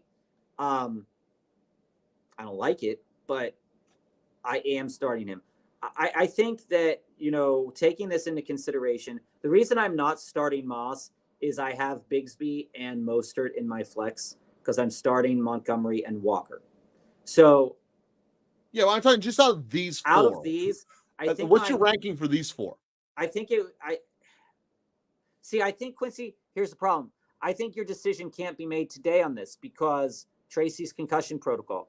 I think by Sunday, it's going to have to be Bigsby, Moss, and Algier because I don't know if Tracy's going to be playing. But if Tracy, let's just assume full health because if not, health will take care of it. Full health. If we sit here today, full health on Wednesday, it's Bigsby, Moss, and Tracy for me. Yeah, that's probably the direction I'm going to. Mm-hmm. Flex. Ooh. Connor, Pollard, Devontae. I'm Devontae Smith all day. I love his game. Ooh, that's a sexy kind of flex. It makes me think, TS, you got some good running backs starting in your top 2 slots there with only a 1 flex. Time to trade Connor, dude. Get him out before he gets hurt. Yeah, I mean, it is definitely worth thinking about moving on from Connor right now, TS, especially if you're thinking about him as a flex position. There's buys. People will be buying. Someone's out there with Najee or Mason. But I'm on Connor in this one. And the reason I'm on Connor in this one is that offensive line, defensive line matchup there, Joe. The Bears do give up a decent amount of yards. The Arizona Cardinals produce a decent amount of yards. And so, I think that the Cardinals are going to have a better game than most people think here in this game. I am on Connor, and I can find many reasons to be on Devonta Smith, but as of we sit today on Wednesday, I'm on Connor. Bob, all I see every single NFL Sunday is another Call of Duty commercial. Arizona's not coming back, dude. I never said they were coming back. No, they're not going to be good. I mean, that's what I mean by coming back. Arizona is about to plummet. Rumpel, took your advice and cleaned house a bit. Receivers are now Waddle, Tillman, Coleman, Juju, Wandale. Which 2 are you starting now? Thanks in advance. I think I'm starting Waddle and I'm starting Coleman. Out of those wide receivers this week, I'm starting Waddle and Coleman. Coleman, while on paper it doesn't look like a great matchup, Coleman can definitely explode. And Coleman is priced at about 6,000 on DFS lineups, and I'm finding every opportunity that I can to put him into a lineup this week. So that's how I fall on that, Quincy. Marlon, what about Puka and Rashad White or Tyrone Tracy for James Cook and Marvin Harrison Jr.? pump the brakes a little bit here. Yeah, I don't want to get rid of Puka there either. So Marv had a great game. I also think Marv is going to have a great game this week. He has the potential in the future to have many more great games. No, he doesn't. Call of Duty's out. It's a potential. But Puka's ceiling is the same as Marvin Harrison's potential ceiling. We have seen Puka reach his ceiling more times than we've seen Marvin Harrison reach his ceiling. Okay? So I want to stay on Puka. If you want Marvin Harrison Jr., I would try to think of something else, because I also don't think that Puka Rashad White or Puka Tyrone Tracy could move you in this week to James Cook and Marvin Harrison, because both those players just had great games. And it's really difficult to buy two players that had great games. You could buy one of them, but I don't think you could buy two of them. I understand you'd have a decent return after. You're not getting enough in return for Puka, Marlon. That's just the fundamental answer. Mm-hmm. Better KJ, better flex start. McMillan, Moss, Javonte Williams, or Devontae Johnson. Okay, let me take a look. To me, it's either Devontae or McMillan. Yeah. My lean today. It's probably McMillan because Devontae just got there. Deontay just got there. Yes. Every time you say Deontay, you mean Devon. It kills me. But yeah, I think realistically speaking, I don't think Javonte Williams is worth a play. But I will say this: if Javonte Williams is a good play this week, it will be because of his passing down work. The Ravens are not very good against, in pass situations. So if he's going to have a lot of value this week, it will be through the pass game. I think my initial lean right now is on McMillan, because I don't think Deontay Johnson is going to get as much work this week. And like I said about Zach Moss could be a sneaky start this week, but it's not. His volume right now hasn't been, something I've been enthused about. Okay, perfect. Now it's time to jump back into the DD world. Quincy, you're going to be up now, followed by Steve, Quincy, and Jackson. Yeah, and Adam, Nick, Xenon, Jesse, Jose, Derek, Quincy, Patrick, Isla. We'll get you on after this next deep dive, and Adam as well. You're trying to flutter them in a little bit different. It's the difference between Bob having the stick and me having the stick. Quincy, I'm 6-2. First place, super flex. You have May, Watson, and Tua. I pick up Flacco. I have to drop. Who do you do this? Is the long story short. Quincy, I don't think Flacco's starting the rest of the year, so I'm not running out of my way to go get him. Are you cutting Drake May for Flacco? Yeah. I mean, here's the thing, Quincy. I don't think I'm playing him regardless over Tua and Wilson, though. Drake May is still in protocol, okay? He's to be limited in practice.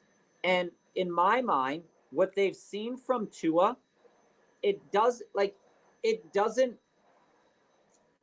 Drake May has looked good in what he's done so far. And a couple weeks back, I did start Drake May in a 2-quarterback league. So he is worth a start in a 2-quarterback league. But if we're just looking this week specifically, I very highly doubt. And you can make this decision as it gets closer to Sunday.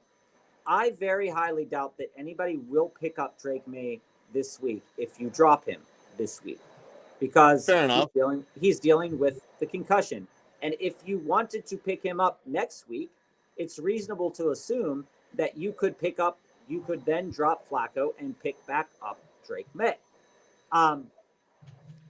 The framework of that is in place that you could do that. We've seen people do that in leagues before. Now, the reason I say is to wait on that decision and don't do that yet is because it might turn out that Drake May is playing this week. And if Drake May is playing this week, he is definitely worth consideration for a start with the Steelers on bye.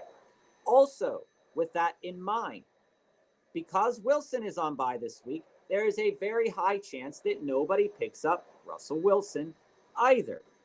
So Yeah. you've got to play this. You've got to play this. A little bit close to the chest here and say which one of those guys is least likely in a super flex league to be picked up. And if they are picked up, which one would you be more mad to lose? So I think that answers Wilson. I'd rather have Wilson. In Joe's mind, he would be more mad to lose Wilson. Yeah. I would be more mad to lose May. But I think their rest of season projections, Wilson does have a trajectory to be the Wilson that we have seen in the past of capable of 2-3 touchdowns in a game. So I'm not understating that fact at all. And May also has the possibility of being a rookie throwing to no receivers behind a horrible offensive line. Yeah, and that can be happening as well. So in my mind, I do think it's worth dropping May this week to pick up Flacco. But it's a similar situation. Nobody's going to pick up May if they find out that he's not healthy, but they might pick him up because he's younger.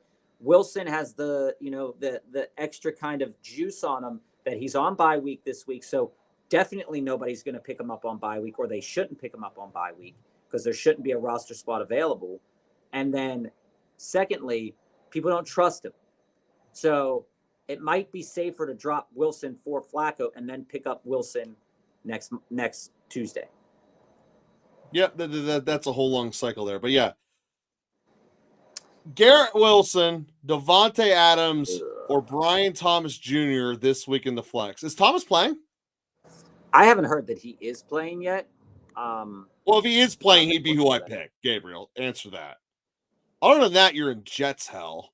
And there's no good answer, so you go with Rodgers BFF. So my answer would be the opposite way you wrote it. Thomas Jr., Adams, Wilson. So if Thomas is playing, and here's the problem though, Gabriel, because this game for the Jets is on Thursday, you have to make a decision tomorrow. Looking at the numbers here, it's plausible. Let me type in something here. It's although my initial lean is to support BTJ this week, if there is an inclination on Thursday before the game starts that BTJ is not able to go, I mean, they said there's a wait and see approach. He managed a limited practice. I don't really like that type of coach speak. So out of those Jets wide receivers, I'd go Wilson.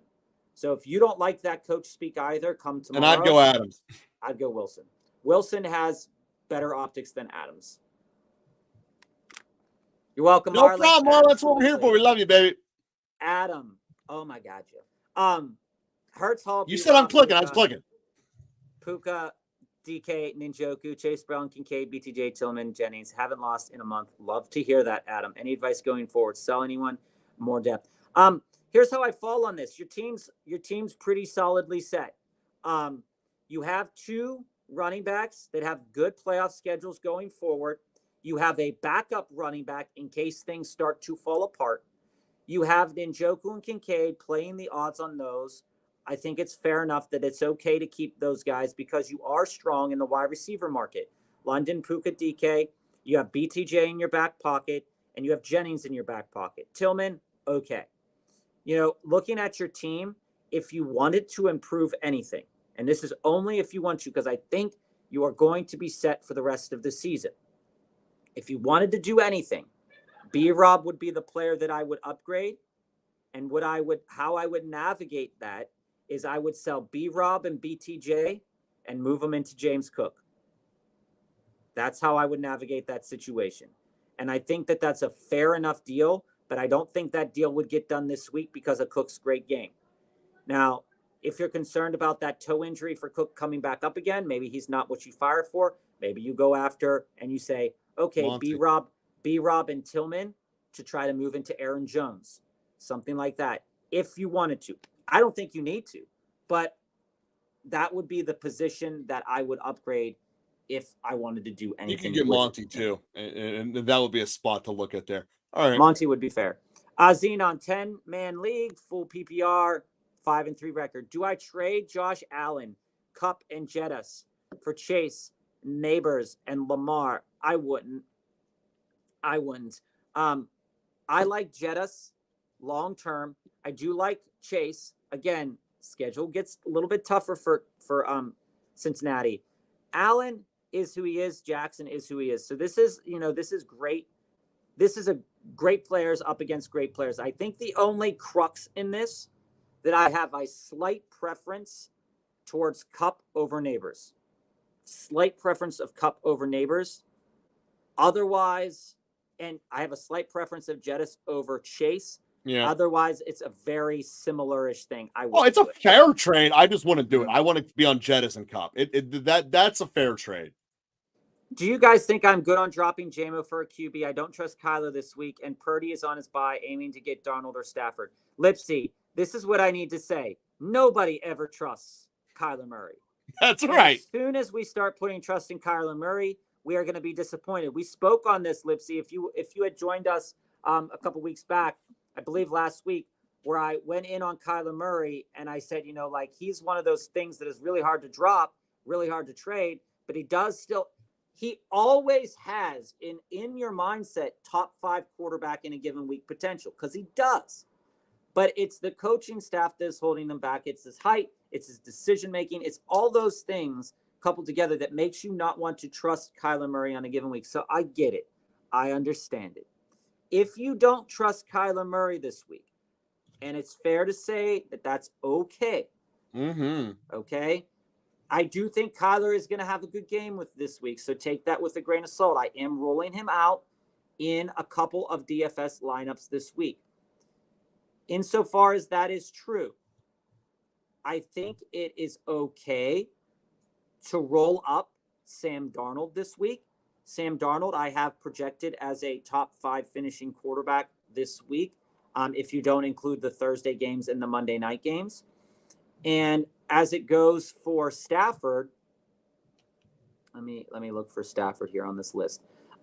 Stafford also has the potential to be successful. Sure does. I have him slightly below Darnold. Slightly below Darnold. So it's basically dealer's choice for which one you prefer. But the answer is yes, you should cut JMO. I'm not sure he's coming back to football this year.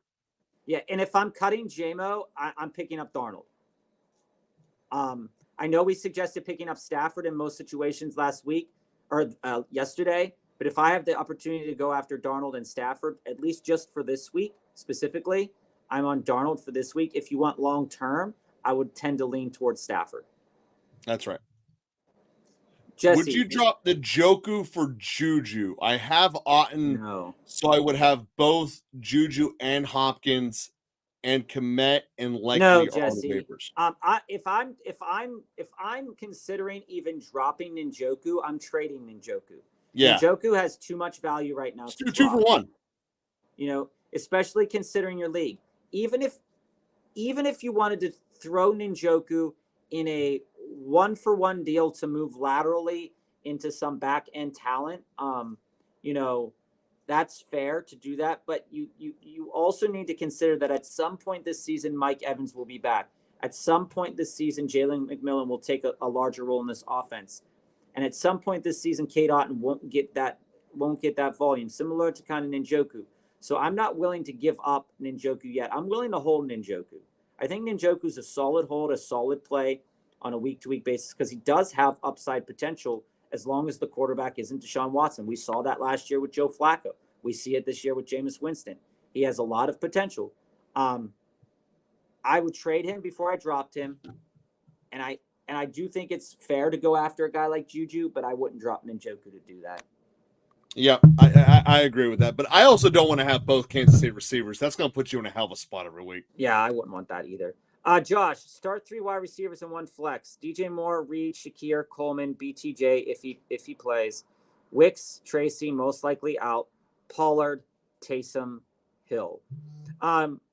So here's the deal. I'm doing the order he wrote if BJ's out. No. So I'm definitely doing Reed Coleman, no doubts.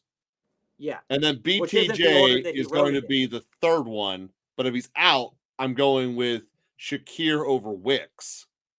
And then on the flex side of the world, it's kind of Pollard by default. So, Josh, this is the problem. If Malik Willis plays, I don't think I can fully trust the wide receiver grouping for the Packers.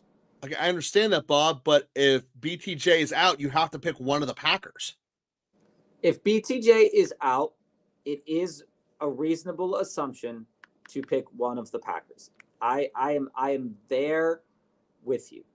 And if I am picking one of the Packers, my lean would be towards Reed if I were to pick a Packer. Mm-hmm. Wicks also matches up decently well. But again, I am just not 1,000% certain what this situation for the Packers is going to be. So right now, as we sit here today, Josh, I'm definitely on Coleman. Definitely. There's not a question in my mind. I'm on Coleman. There's a lot of big play potential there from Coleman, especially in this matchup. Shakir is a solid play. I know you don't want to run two Bills wide receivers, but it's not out of the realm of possibility that Josh Allen could support two wide receivers in this matchup. What the numbers are showing me here, Joe, is that the matchup also favors, to a degree, Shakir. So I am absolutely okay rolling out Coleman and Shakir this week. I know it's scary to do, but I'm okay with it. And insofar as that is true, then picking a Packer wide receiver is not, you're not in a bad boat to be in. As it goes for DJ Moore, okay, for anybody looking at DJ Moore this week specifically, the matchup is good enough for DJ Moore. I wish it was a little bit better for DJ Moore, and it's not because of DJ Moore as a talent. It's story of his life. It's because of Caleb Williams. Looking at Caleb Williams specifically, he doesn't do the best throwing in man. He doesn't do the best, in zone. So, you only either play zone or man. I don't know what to tell you. Yeah, I think my initial lean today is Reed, Shakir, Coleman, and Pollard. That's my initial lean today. But keep with the health of love, because Wicks could easily be a guy for you this week. All right, perfect. Let's jump back into a deep dive here. We got Steve, Jesse, and Jackson as our cues left on the deep dives. And guys, those are probably the only 3 deep dives we're going to have left in today's program.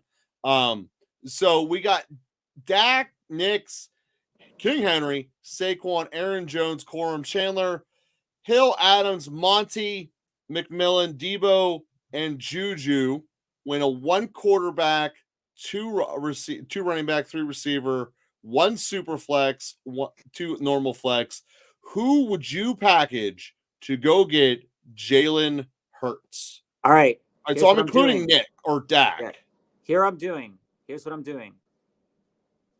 I do believe that Nix does have some long-term potential for this season. However, he does have the most value at quarterback that you own right now.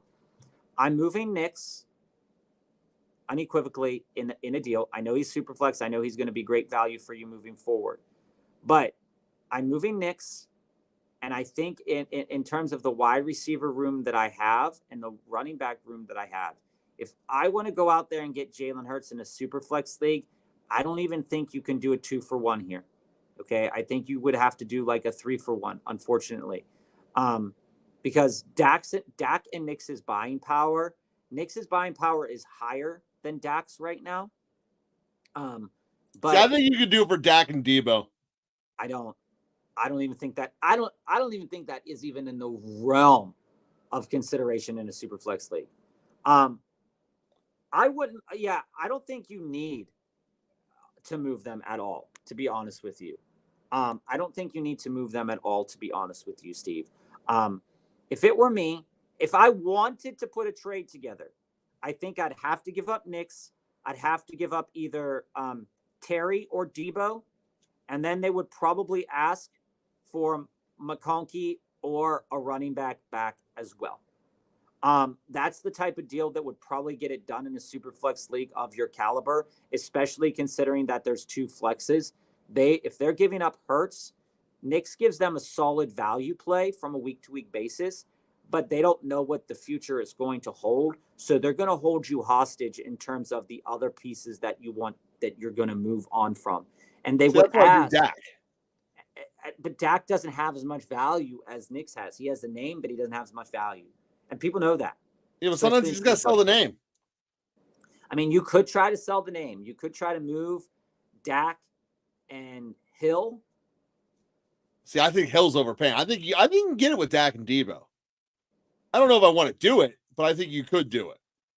You could try. You could try Dak and Debo, Nix and Debo. You could try Dak, Debo, McMillan. Maybe they like the potential on the back end there. But honestly, to tell you the truth, I really do think that you're going to have to give up three pieces that you really don't want to give up right now. Yeah, I don't think you want to do that trade. So Steve, in my mind, like I said, if I'm making this trade, Joe thinks you can get it done with Dak and Debo. I think you'd have to offer Nix, one of your running backs, and one of your wide receivers to get it done. And to me, that is paying a little bit too much. There's reason to believe too, Joe, that Bo Nix can be successful moving forward. That's why I'm going to keep him and get rid of Dak in the NFL season. And Dak, to a degree, too, can be successful, but he's a turnover machine. We know this is true about Dak. If I wanted another quarterback, Steve, I would try to go for a low end guy. I wouldn't try to pay the money for Hurts right now because Hurts is coming off one of the best games of his career. I would try to buy in low to the Derek Carr owner if I needed a quarterback right now. Maybe float a McMillan or Juju for Carr. Maybe I would try to buy into a cheap Joe Flacco right now. Maybe I'd try to buy into a hurt Drake May right now, which would give you a little bit more stability and decision making in there. Or if people don't trust Lions moving forward. Now, if it comes, Steve, to a guy like Josh Allen, I don't think that changes much. Okay. No, you're still basically selling. It's the same price tag. You're selling the farm. You're selling the farm to get that. But I think that I'm trying to buy into a Justin Herbert, or I'm trying to buy into a Sam Darnold before I'm trying to buy into an Allen and Hurts. And I get that seems kind of counterintuitive, but it's not when you consider that you would be giving up. What you'd be giving up would be a lot. If you're comfortable in moving those pieces, I think that the move you would be making, like I said, is a 3-for-1 and have them throw in a second piece, a back end piece for you, like in the vein of like a D-Hop caliber player. But you can try with Dak and Debo and maybe throw in Ertz and see if that gets that done. It has a very good chance to get it done because Debo has the chance to be, a producer later on in the season. I would float those offers that way if you did want Hurts.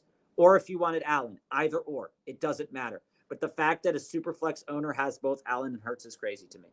Sure is. Alrighty. So the Texans offensive line scares me. If I start Dell and he doesn't go off, would you still flex Marvin Harrison Jr. or go safe with London against the Cowboys? All right. I'm going to go refill my water. I'll be back. I'm going to go Dell. I mean, let's just start with that as my starting point. Of that group, I get that their line's scary, but it's been the same line. It's been the same overrated line for most of the year. So I'm still going with Dell over the Cardinals. I mean, I know that it's a little bit of a jest, but there is significant facts that back up that Kyler Murray does not do well when there is a new Call of Duty. There's also a lot of evidence that shows that he is not growing in his read progression, and he never really has. We used to do these takes 2 years ago where I'd be showing the coach's film. The guy has never progressed. He really hasn't in terms of his ability to read a defense and know where to put the ball. It's not an intellectually stimulating coaching staff that they've put out there with him. So I look at this and say, you know, I'm not as big on anti-Harrison as Bob is, but I'm also much bigger on Dell. The potential of what Dell could put up is massive.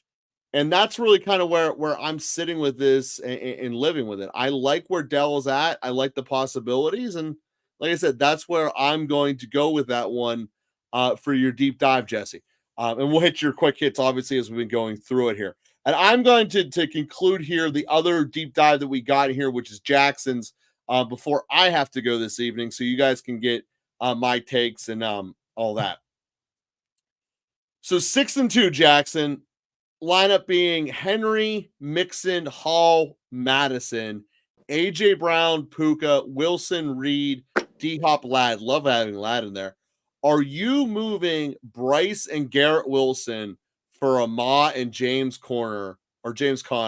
Just trying to get Jackson. I am cutting that check immediately because you're 100% right.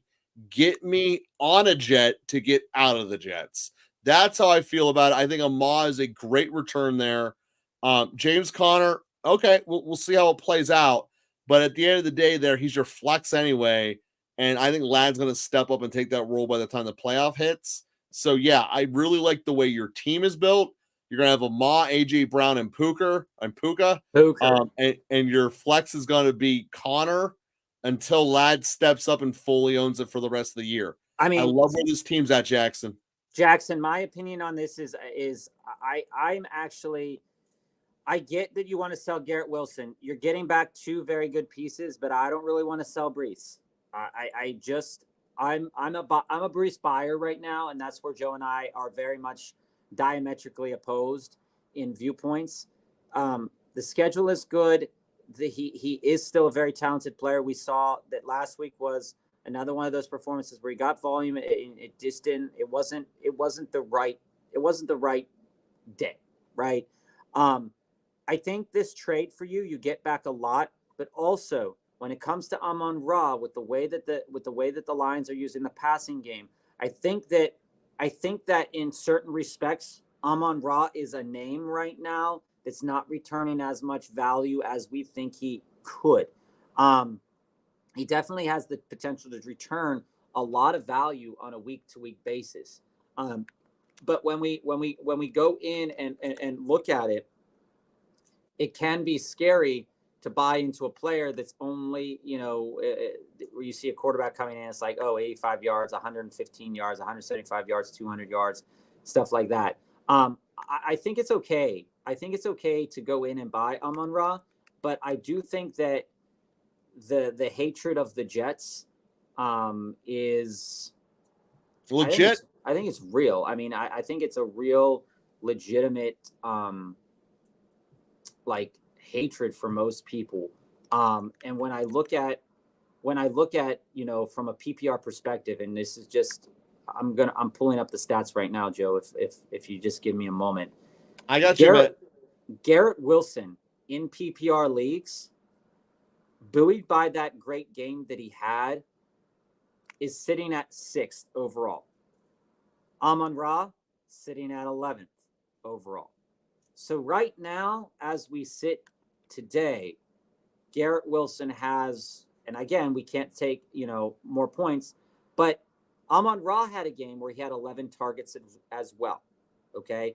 I know the situation got better for Amon-Ra with the stuff with JMO, but I do think that for Garrett Wilson and Breece, that I understand that you've tried a lot to get into other people. And if this is the deal you have to make, do it.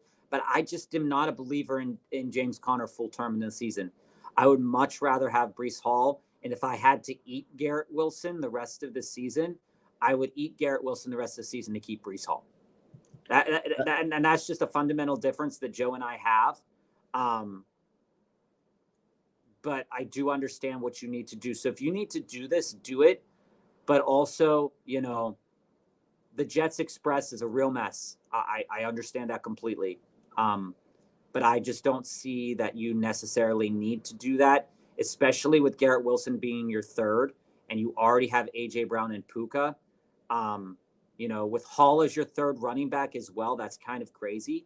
But I don't think that Amon-Ra upgrades you as much at that third wide receiver position as you think he does, especially with Ladd and Reed waiting in the wings there. But Hall is a significant upgrade over James Conner most weeks. That's true. Unfortunately, guys, you guys lose me for the rest of the time here. Bob's got you guys in good hands.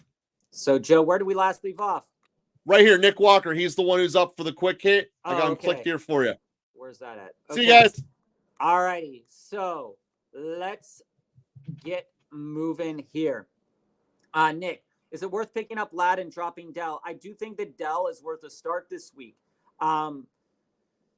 Yes, he faces Sauce Gardner, but in order for them to win, they're going to have to move the ball through him and Joe Mixon. And I do believe that he will be utilized in the red zone with Dalton Schultz a little bit more. However, with that said, I do think and I do like the long-term potential and what we're getting out of Ladd McConkey.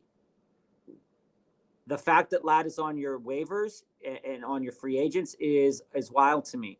But I would pick up Ladd, but I would try to drop somebody else, Nick.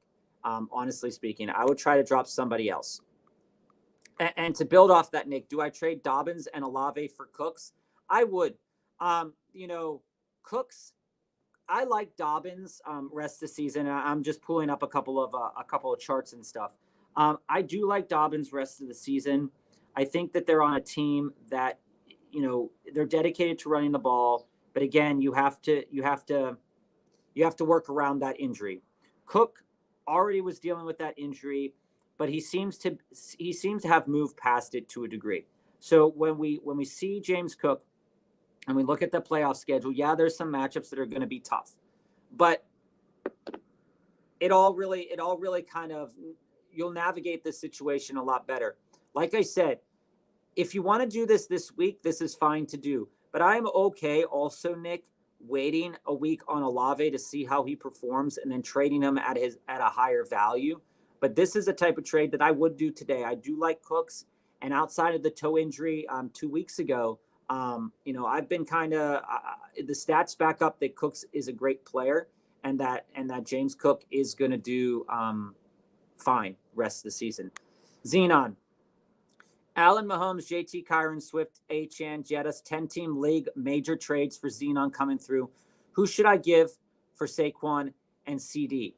Looking at your team, if I want to move into Saquon and CD, I think a fair thing to do would be to offer Amon-Ra and JT or AJ and Achane. It really depends on Xenon. It really depends on which one of those, because we're talking about epic talents on both sides of the ball. Really depends on what you view as the long-term value of these players. I like Kyron, like in the order of these players, I like Kyron, JT, Achane, Swift. And in the order of the wide receivers, I like Jettis, AJ Brown, Tyreek, Amon, Kupp. So, I don't think Kupp can get you into CD right now, but I'd be willing to give up Amon-Ra, and I'd be willing to give up Achane, and I'd be willing to give up JT to move into Saquon and CD. Those are the guys that I'd be willing to move on from. And I think logistically, as you walk through the schedule, Amon-Ra, again, is going to have great games. He's still a top 12 wide receiver, top 8, top 5 player. But if I'm getting into CD Lamb, it might take A.J. Brown for me to move into CD Lamb. It might take A.J. Brown and Achane to move into CD Lamb and Saquon Barkley right now, maybe even more. I would kind of play it by ear, but I would start with Amon-Ra. He would be the guy that I'd be comfortable moving. I'd also be comfortable moving Kupp, and I'd be comfortable moving JT and Achane out of those running backs. So I put together a deal, depending on which ones that I feel comfortable, which ones you feel comfortable with moving forward the rest of the season here. Who am I playing this weekend between Dobbins and Pollard? When we look at the matchups here, let me take a look real quick for you, Nick. When we look at the matchups, why can't I find the Chargers? I can't stand navigating this. It's not a super plus matchup for Dobbins. And when we look at Tony Pollard with Tennessee, it is also not a super plus matchup. But it hasn't never been a super plus matchup for Pollard all year. Pollard makes his own bread and butter. That game is going to be sloppy. It's going to be gross. Mason Rudolph is probably going to pass the ball to Calvin Ridley a bunch. Cleveland again. Although Derrick Henry is a man beast, for the most part, they did hold Derrick Henry to a degree in check. I'm not saying they had a great game against him, but they did hold him to a degree in check for most of that game, outside of like a touchdown back in the back end of that game.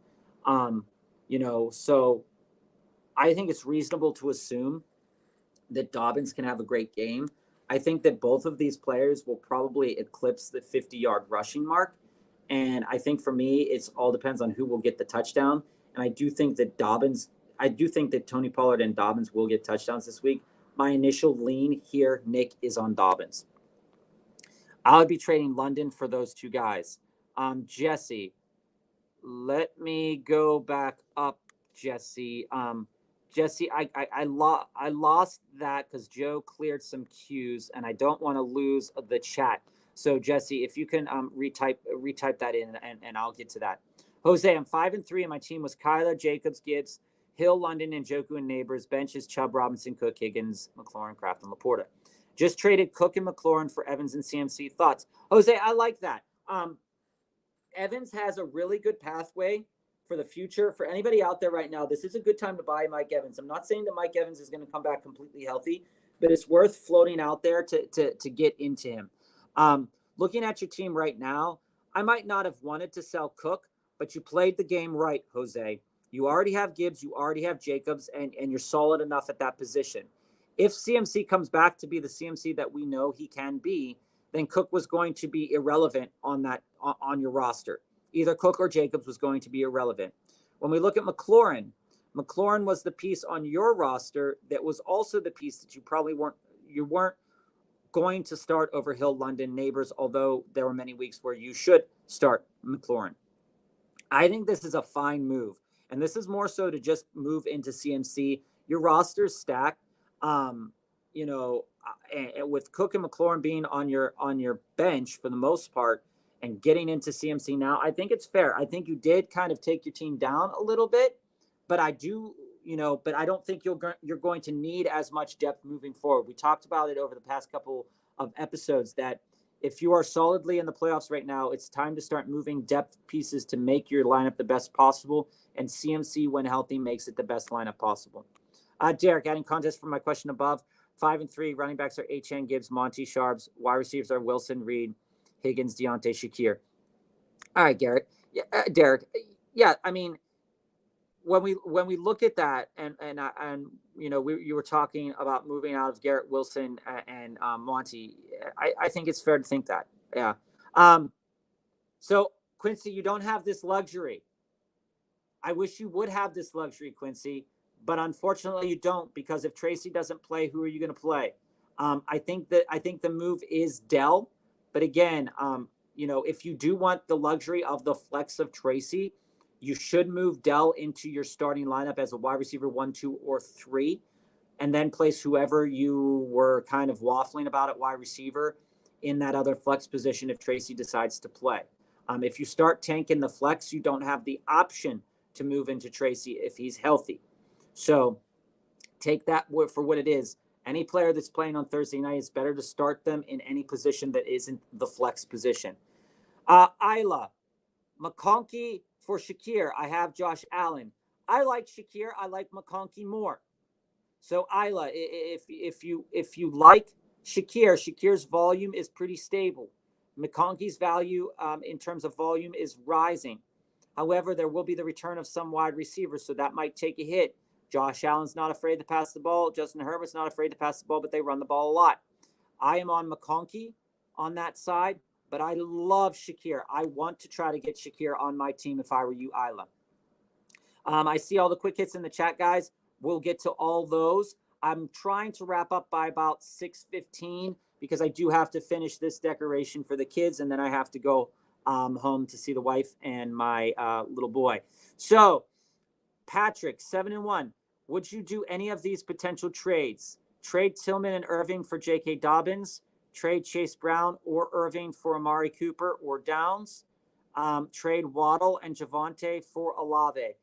Patrick, when I look at your current team with Dak and Kirk, Gibbs, Pollard, Javonte, Brown, Irving, A.J. Brown, Waddle, Higgins, Tillman, Juju, Godwin, Rice, good. It's a 3-keeper league. I like that. Where I fall on this, Patrick, is that I would rather have J.K. Dobbins, and I would rather, and I do think it's valuable to keep Chase Brown. But if you go after and you get J.K. Dobbins, Irving has a pathway to be successful this year. He will get. He has not a really high ceiling, but he has a really solid enough floor. J.K. Dobbins has a higher ceiling, in my point of view, and the stats do kind of back that up. If you want to sell off a Tillman and Irving to move into J.K. Dobbins, I do think it's fair to do that. As for the second question here, I like Chase Brown long-term over the course of the season, but I like Downs with Joe Flacco better. So if you believe that Joe Flacco is going to play, I think it'd be fair to move into Downs. Joe will tell you that he likes Irving better. So he would suggest that if you wanted to move into Downs, to trade Chase Brown. But I think he would advise keeping Chase Brown, especially with looking at your running back room. As it goes, I'm not sure how much Olave will be an upgrade for your team over the long term. I do think Waddle has great potential with Tua back. But I do want to sell off of Javonte. The time to sell Javonte was really last week. We talked about this on air. Right now, you're selling him at his lowest value. I think the trade that I do today would be Tillman and Irving for J.K. Dobbins.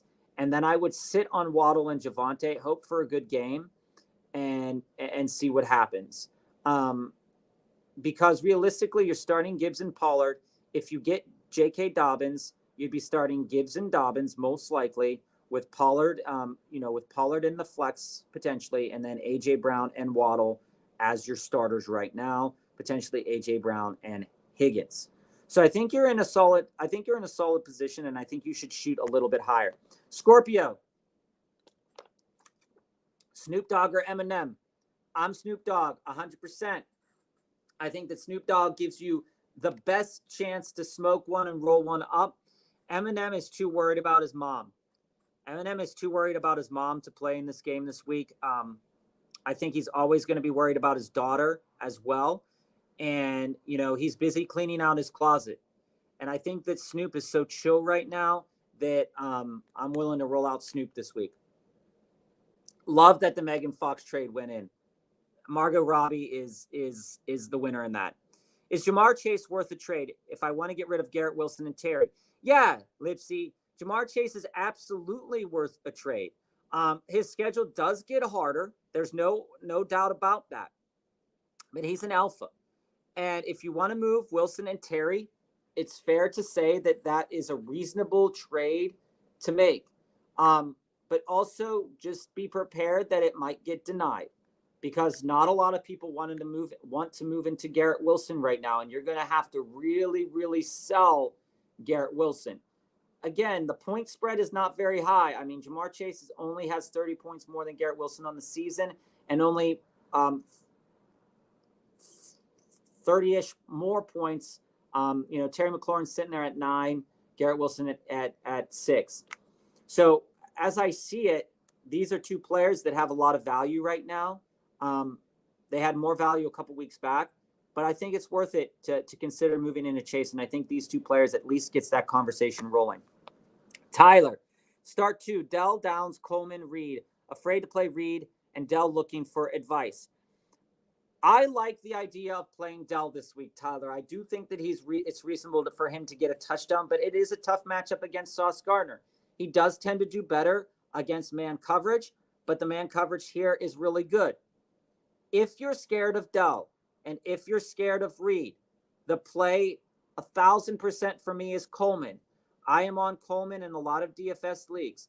I'm also buying into Josh Downs. What you need to know about the Minnesota Vikings is while they are a great turnover-based defense, they do run a lot of zone coverage to mask that their cornerback play isn't that great.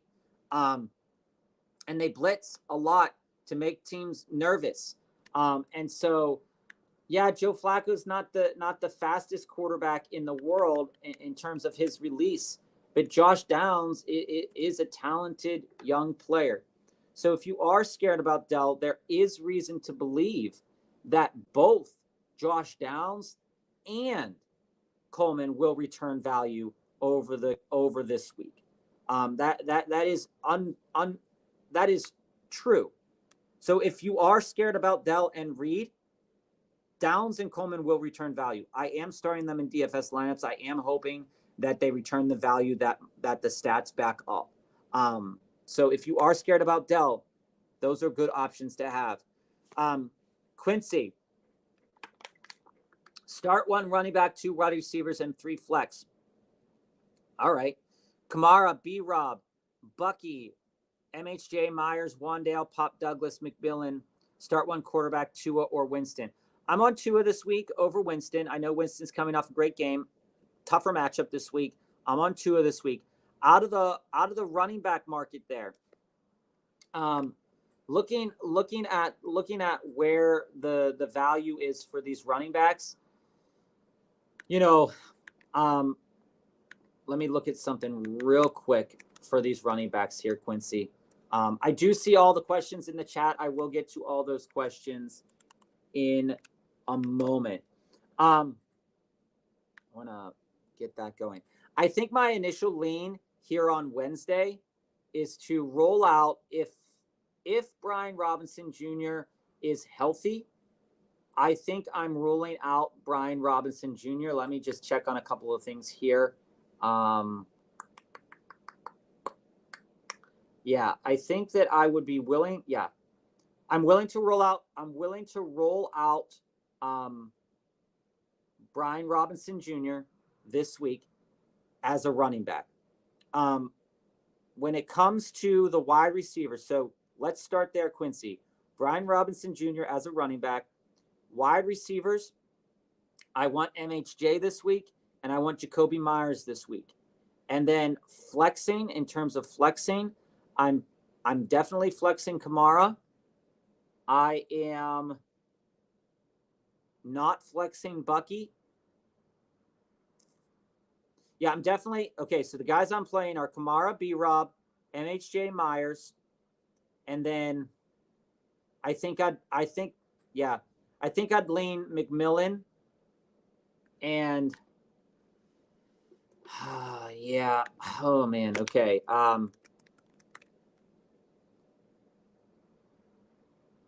Yeah. I don't like the fact to start all those Tampa players though. Yeah, so it'd be B-Rob, Kamara, MHJ, Myers, and McMillan. Xenon, flex spot, Tyreek, Achane, Amon, Cup, Swift. My lean right now, looking at the numbers, looking at everything, backing it up, I think my lean is on Achane over those guys this week. Tank should not. He hasn't passed concussion protocol. Tank Dell or Tank Bigsby?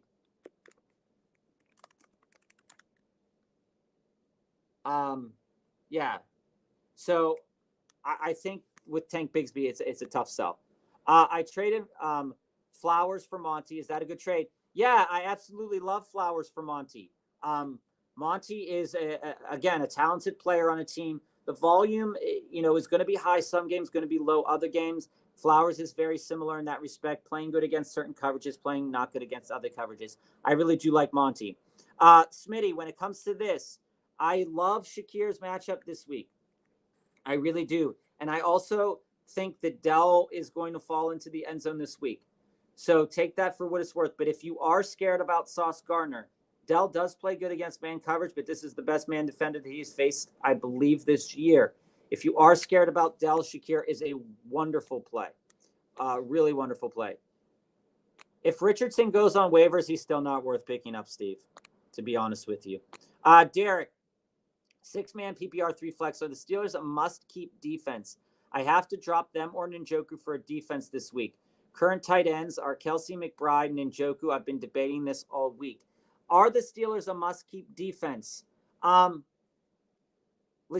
no. They're not a must-keep defense, but you're in a 6-man league, right? So there's a bunch of other defenses that you can own. I think that it's reasonable to think especially with when we look at these matchups going ahead for the Steelers, that, it's okay to drop the Steelers, but also you're carrying 3 tight ends with 3 flexes. Those 3 tight ends are some of the best you can. If you can trade Njoku, trade them. I think it's okay to drop the Steelers defense. Would you trade Allen and London for Jamar Chase or Justin Jefferson? Yeah, I would trade him for Jamar Chase, Jesse.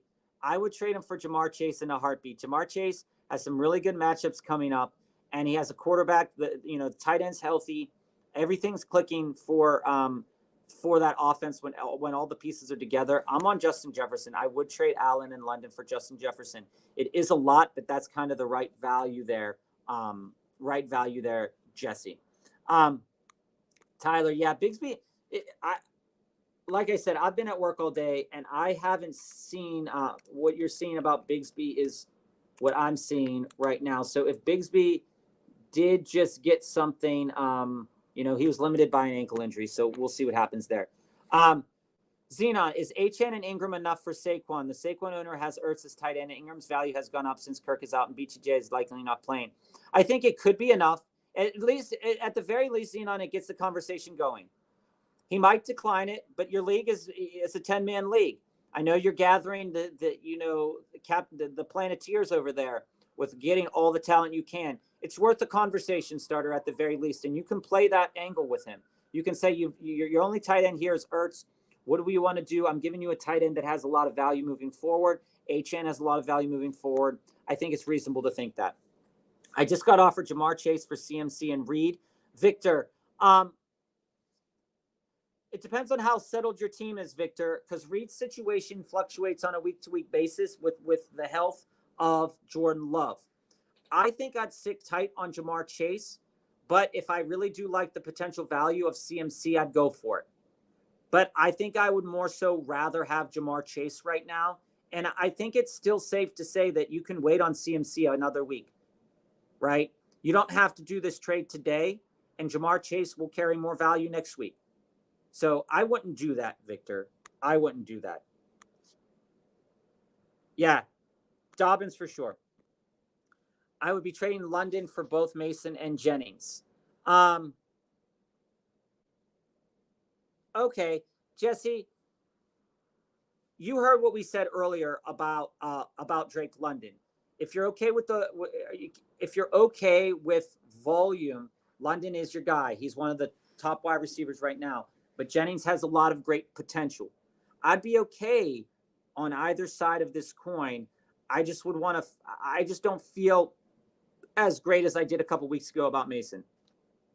Would you still flex MHJ this week or go safe with London? MHJ on paper doesn't have what the experts say is a great matchup. But the way that defense runs their coverages, there are a lot of opportunities for MHJ to be successful. If given those opportunities, I think he could be really successful this week. London is a safe play. Absolutely is a safe play. But you got to ask yourself, are you looking for a safe play this week, or are you looking for a smash play this week? Because London lines up really well with what Dallas throws out. He's not any better or any worse than what usually they're throwing out. My lean is still MHJ. Bob, Or Smurf here, trying to package Jayden Reed and T. Higgins to get a wide receiver one. Other wide receivers are Debo and Garrett Wilson in the league as a 2 wide receiver, 1 flex. What would be an ideal target? I've been trying to sell just to see what the value in my league of Jayden Reed is, and I can't even sniff CD Lamb. Okay, so I think you could probably discuss a lateral move into Nico. I don't think you'd have to give up Jayden Reed and Nico, or Jayden Reed and T. Higgins to move into Nico. You might have to give Jayden Reed or T. Higgins and another piece because people want a player that's playing right now. So take that in consideration.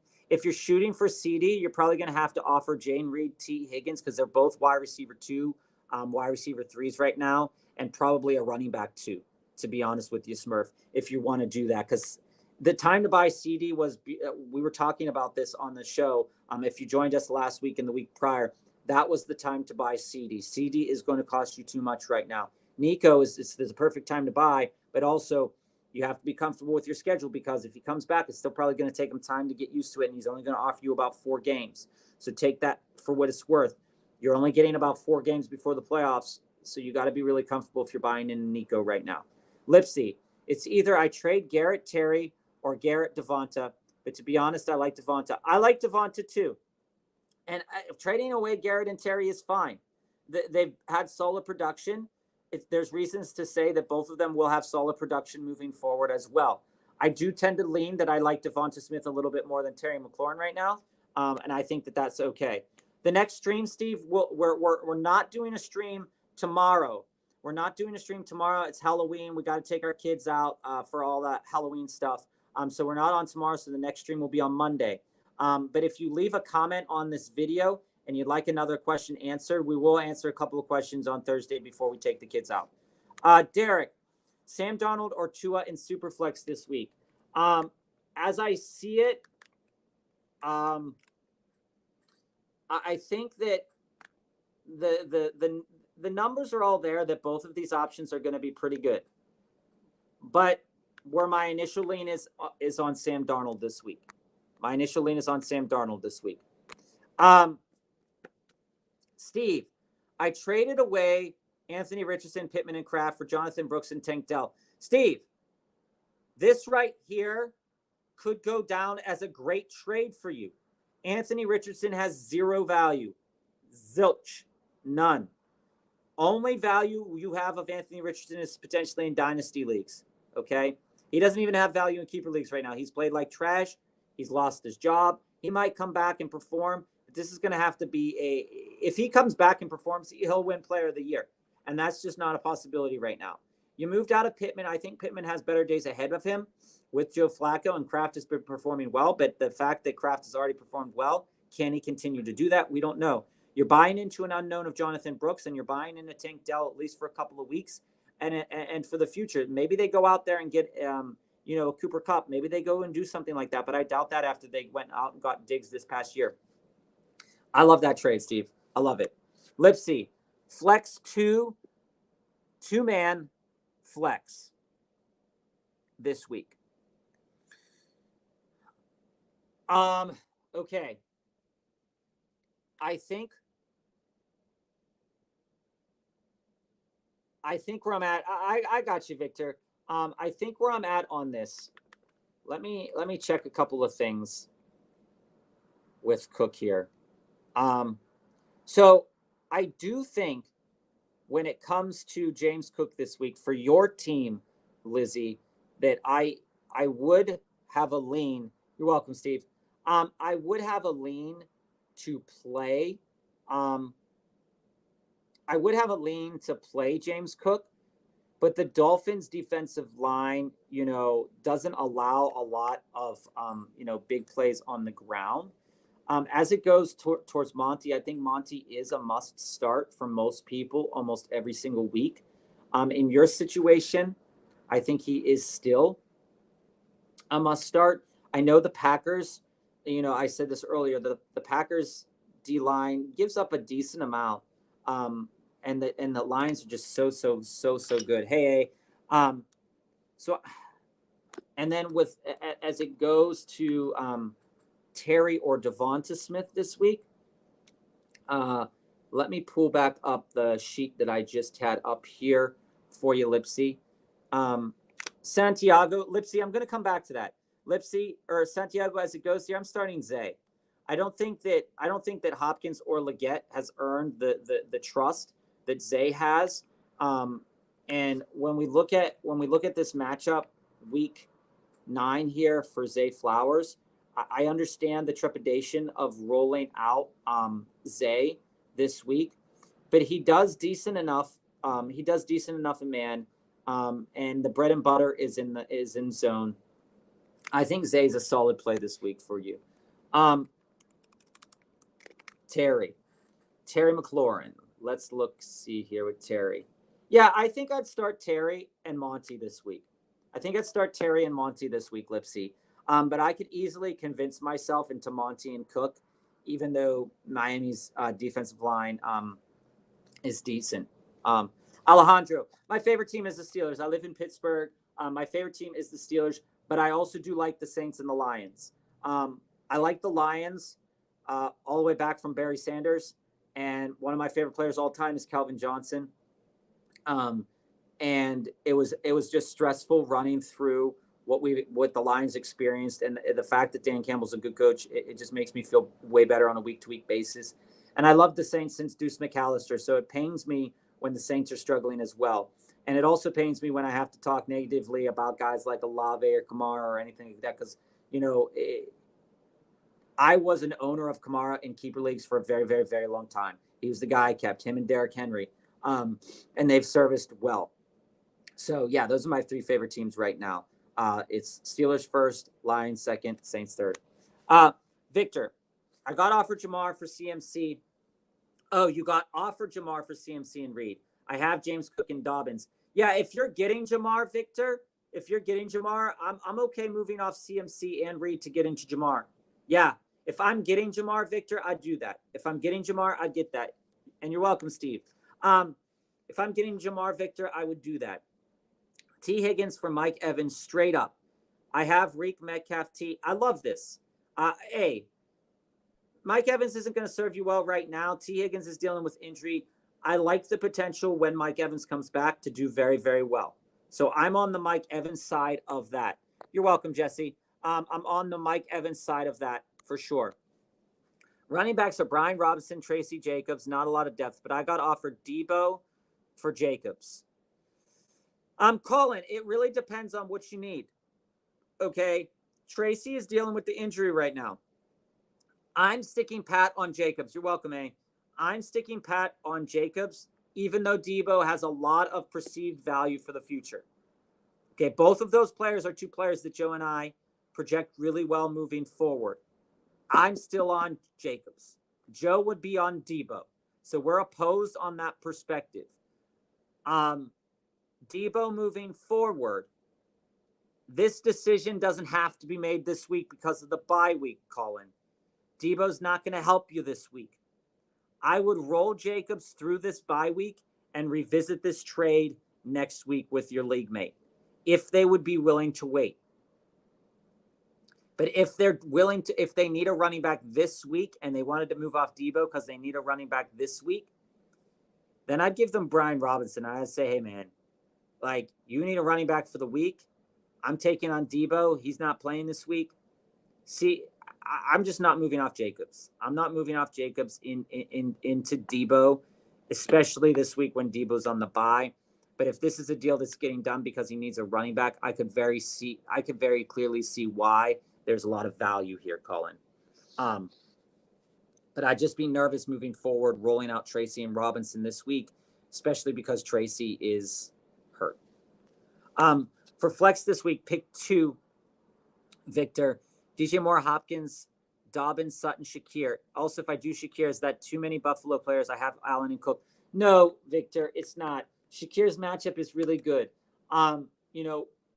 We can't definitively say what a player is going to do in their matchup, but the matchup numbers do really well for Shakir. I am rolling out Shakir and Coleman this week if I have them. Okay. As it goes to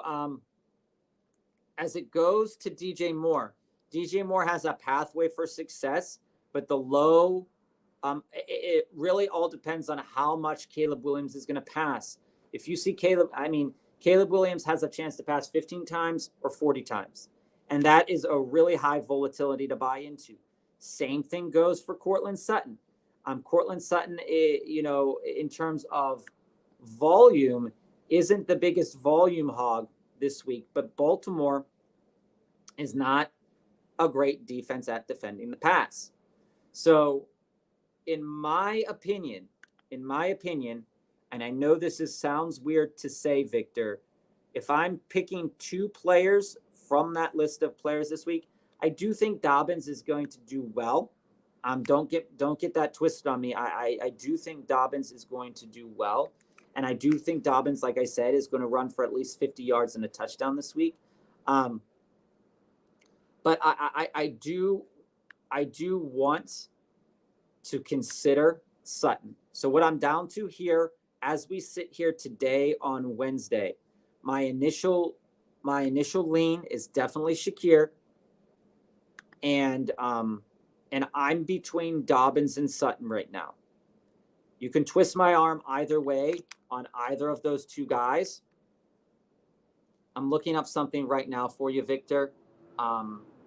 Just so I'm looking at the sheets right now.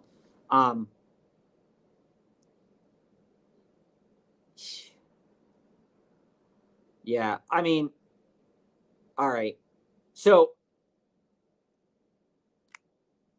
looking at everything that could happen, Sutton's matchup on paper is really good. I'd be okay rolling out Sutton, but Shakir and Dobbins would be probably the primary guys that I would move into. And like I said, Dobbins, I don't know if he's going to have a great game, but I think he's going to be, I think you're going to get at least 14 points out of him. Sutton, I think you could probably get between 8 and 16 points out of him too. So that's kind of where I'm at. The counter of Robinson and Flowers for Debo and McMillan, maybe. Yeah, I would be okay with that, Colin. Flowers, with the move of Deontay Johnson there, it's a little bit scary for Flowers owners and stuff, and they might want to move on from Flowers. I think this is a smart pathway to move. I think this is a good counter because I don't really want to move off Jacobs. Brian Robinson is one of those guys that you can move off of him either way you slice it, right? Lipsy. But I don't know if you need to make this trade this week unless that guy really needs a guy right now. Okay. And Flowers is a lot to give up. So I would see how it lies. See how it lies there. Lipsy, I understand. I'm with you. I totally get this. The reason you're 3-5 right now is because, Walker had a bad game last week. CD had a good game. Garrett had a good game. Bowers had a bad game. It seems like every other week the players are, it's not gelling together, or you're moving in and you're starting Walker over Monty, and then Monty has a good game and Walker doesn't. I mean, that's the nature of the beast here, Lipsy. There are better days ahead for you, to be honest with you. There are better days ahead for you. That's a really good team. It has a solid all over. And Mavium, the last couple of questions here before I bounce out. Asked this earlier, but I want to hear your opinion on my team. Mahomes, Dak, Kamara, Jonathan Taylor, Monty Moss. Love that running back room. Hill, Metcalf, Higgins, Deontay Hopkins, Pearsall, Kelsey, 10-team PPR. Where do I need to improve? I think what you need to start doing, is you need to start looking for the future of your team.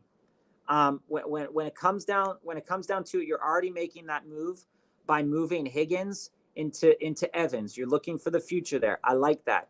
The back end of your roster definitely has some potential. You held on to Deontay, you held on to Hopkins, or you bought into Hopkins this week, or you bought into Deontay this week. Jonathan Taylor and Monty should be very, very, very good for you moving forward. Kamara has what people believe is a great playoff schedule. What I will caution you with Kamara, although it's a good running back schedule, I will caution you with Kamara. The value of Kamara is in that receiving room. So take that into consideration as you look at that matchup. Is it going to be a good receiving matchup for Kamara as well? Mahomes and Dak right here for you. That is a struggle for me. That is the one area on your team that I really don't like. I like Dak coming into the season, but he hasn't shown me what I needed him to show me to make him a reliable starter. He is my starter in a 2-team quarterback league. So that's what it is. And I think that Mahomes, unfortunately, really is falling out of the top 10 quarterback starters in the league. So his ceiling, I don't see a pathway for him where his ceiling is 23, 24 plus points a game. There are other quarterbacks that have that ceiling. So if I were you, I would try to move Kamara and one of those quarterbacks to move into a really top-notch quarterback option. If you like Mahomes and Dak, it's fair enough to say that Mahomes will be serviceable enough, getting you between 15 and 15, 19, maybe a 20-point game here or there. But they're just so good that that Mahomes doesn't even have to put up those 40-point games anymore, right? So you're kind of playing dealer's choice there on a week-to-week basis. If you want to shoot for the gusto, you could go out there and get somebody. And I think the piece that you can move after you get Evans would be to move Kamara and one of those quarterbacks to upgrade you significantly in that area. And we can talk about that more next week. I don't think you have to make that move this week, but I think you can. It's worth thinking about. And Mavum here, Jacobs and Kupp for Derrick Henry. Have good depth of wide receiver. Jacobs, Walker, Connor, JT. If I can move into Derrick Henry today, Mavium, this is the trade I'm doing. I love Kupp. I love Josh Jacobs. Don't get that twisted at all, everybody. You just heard me say Jacobs and Kupp are, a couple of my favorite players. You're welcome, but if I can get Derrick Henry on my roster and pair him with JT, you have yourself a winning combination for the rest of the weeks ahead. All right, everybody. We're about to sign off here. Good luck on all your weeks. Jackson, I'll answer this question for you before we go. Good luck on all your weeks, everybody. We are not going to be on tomorrow. So if you have any questions, you can drop them in on this video afterwards, and we'll try to answer them before tomorrow. It is Halloween. We're taking our kids out. We will be back on Monday. Okay. So we wish everybody the best of luck. We hope your trades make it. I'm going to answer Jackson's here. But we will be back next week's Monday, 3:45 Eastern. And we usually are on every Monday, Tuesday, Wednesday, and Thursday, but not Thursday this week. Instead of Brees Wilson. Thanks, Jackson. And I'm going to answer this question for you here, Jackson. And you can ask Joe about it as well. Instead of Brees Wilson for Amon and Cooper, what if I add Love and go for Lamar, Tyreek, and Dobbins? Yeah, man. I do think Love, if you would have caught us a couple weeks, a couple episodes ago, like last week before Love's injury, I did project Love to be a great rest of season option. But Lamar, if I can move into Lamar and give up Love, so if it's Love, Brees, and Wilson, and get Lamar, Tyreek, and Dobbins, I would be okay with that. I would definitely be okay with that, Jackson. I'll ask Joe what he thinks. I'm going to take a picture of your question right here. I'm going to ask Joe what he thinks, and I'm going to leave his response in the chat of this message or in the chat of this video. So just check back to the chat of this video, and I'm going to share his response, Jackson. All right, everybody, have a good weekend. Safe Halloweening. Good luck to everybody. If you like what we're putting out, click follow, like, subscribe, and you'll be able to get us whenever we come back on Monday at 3:45. Good luck, everybody. Have a great weekend.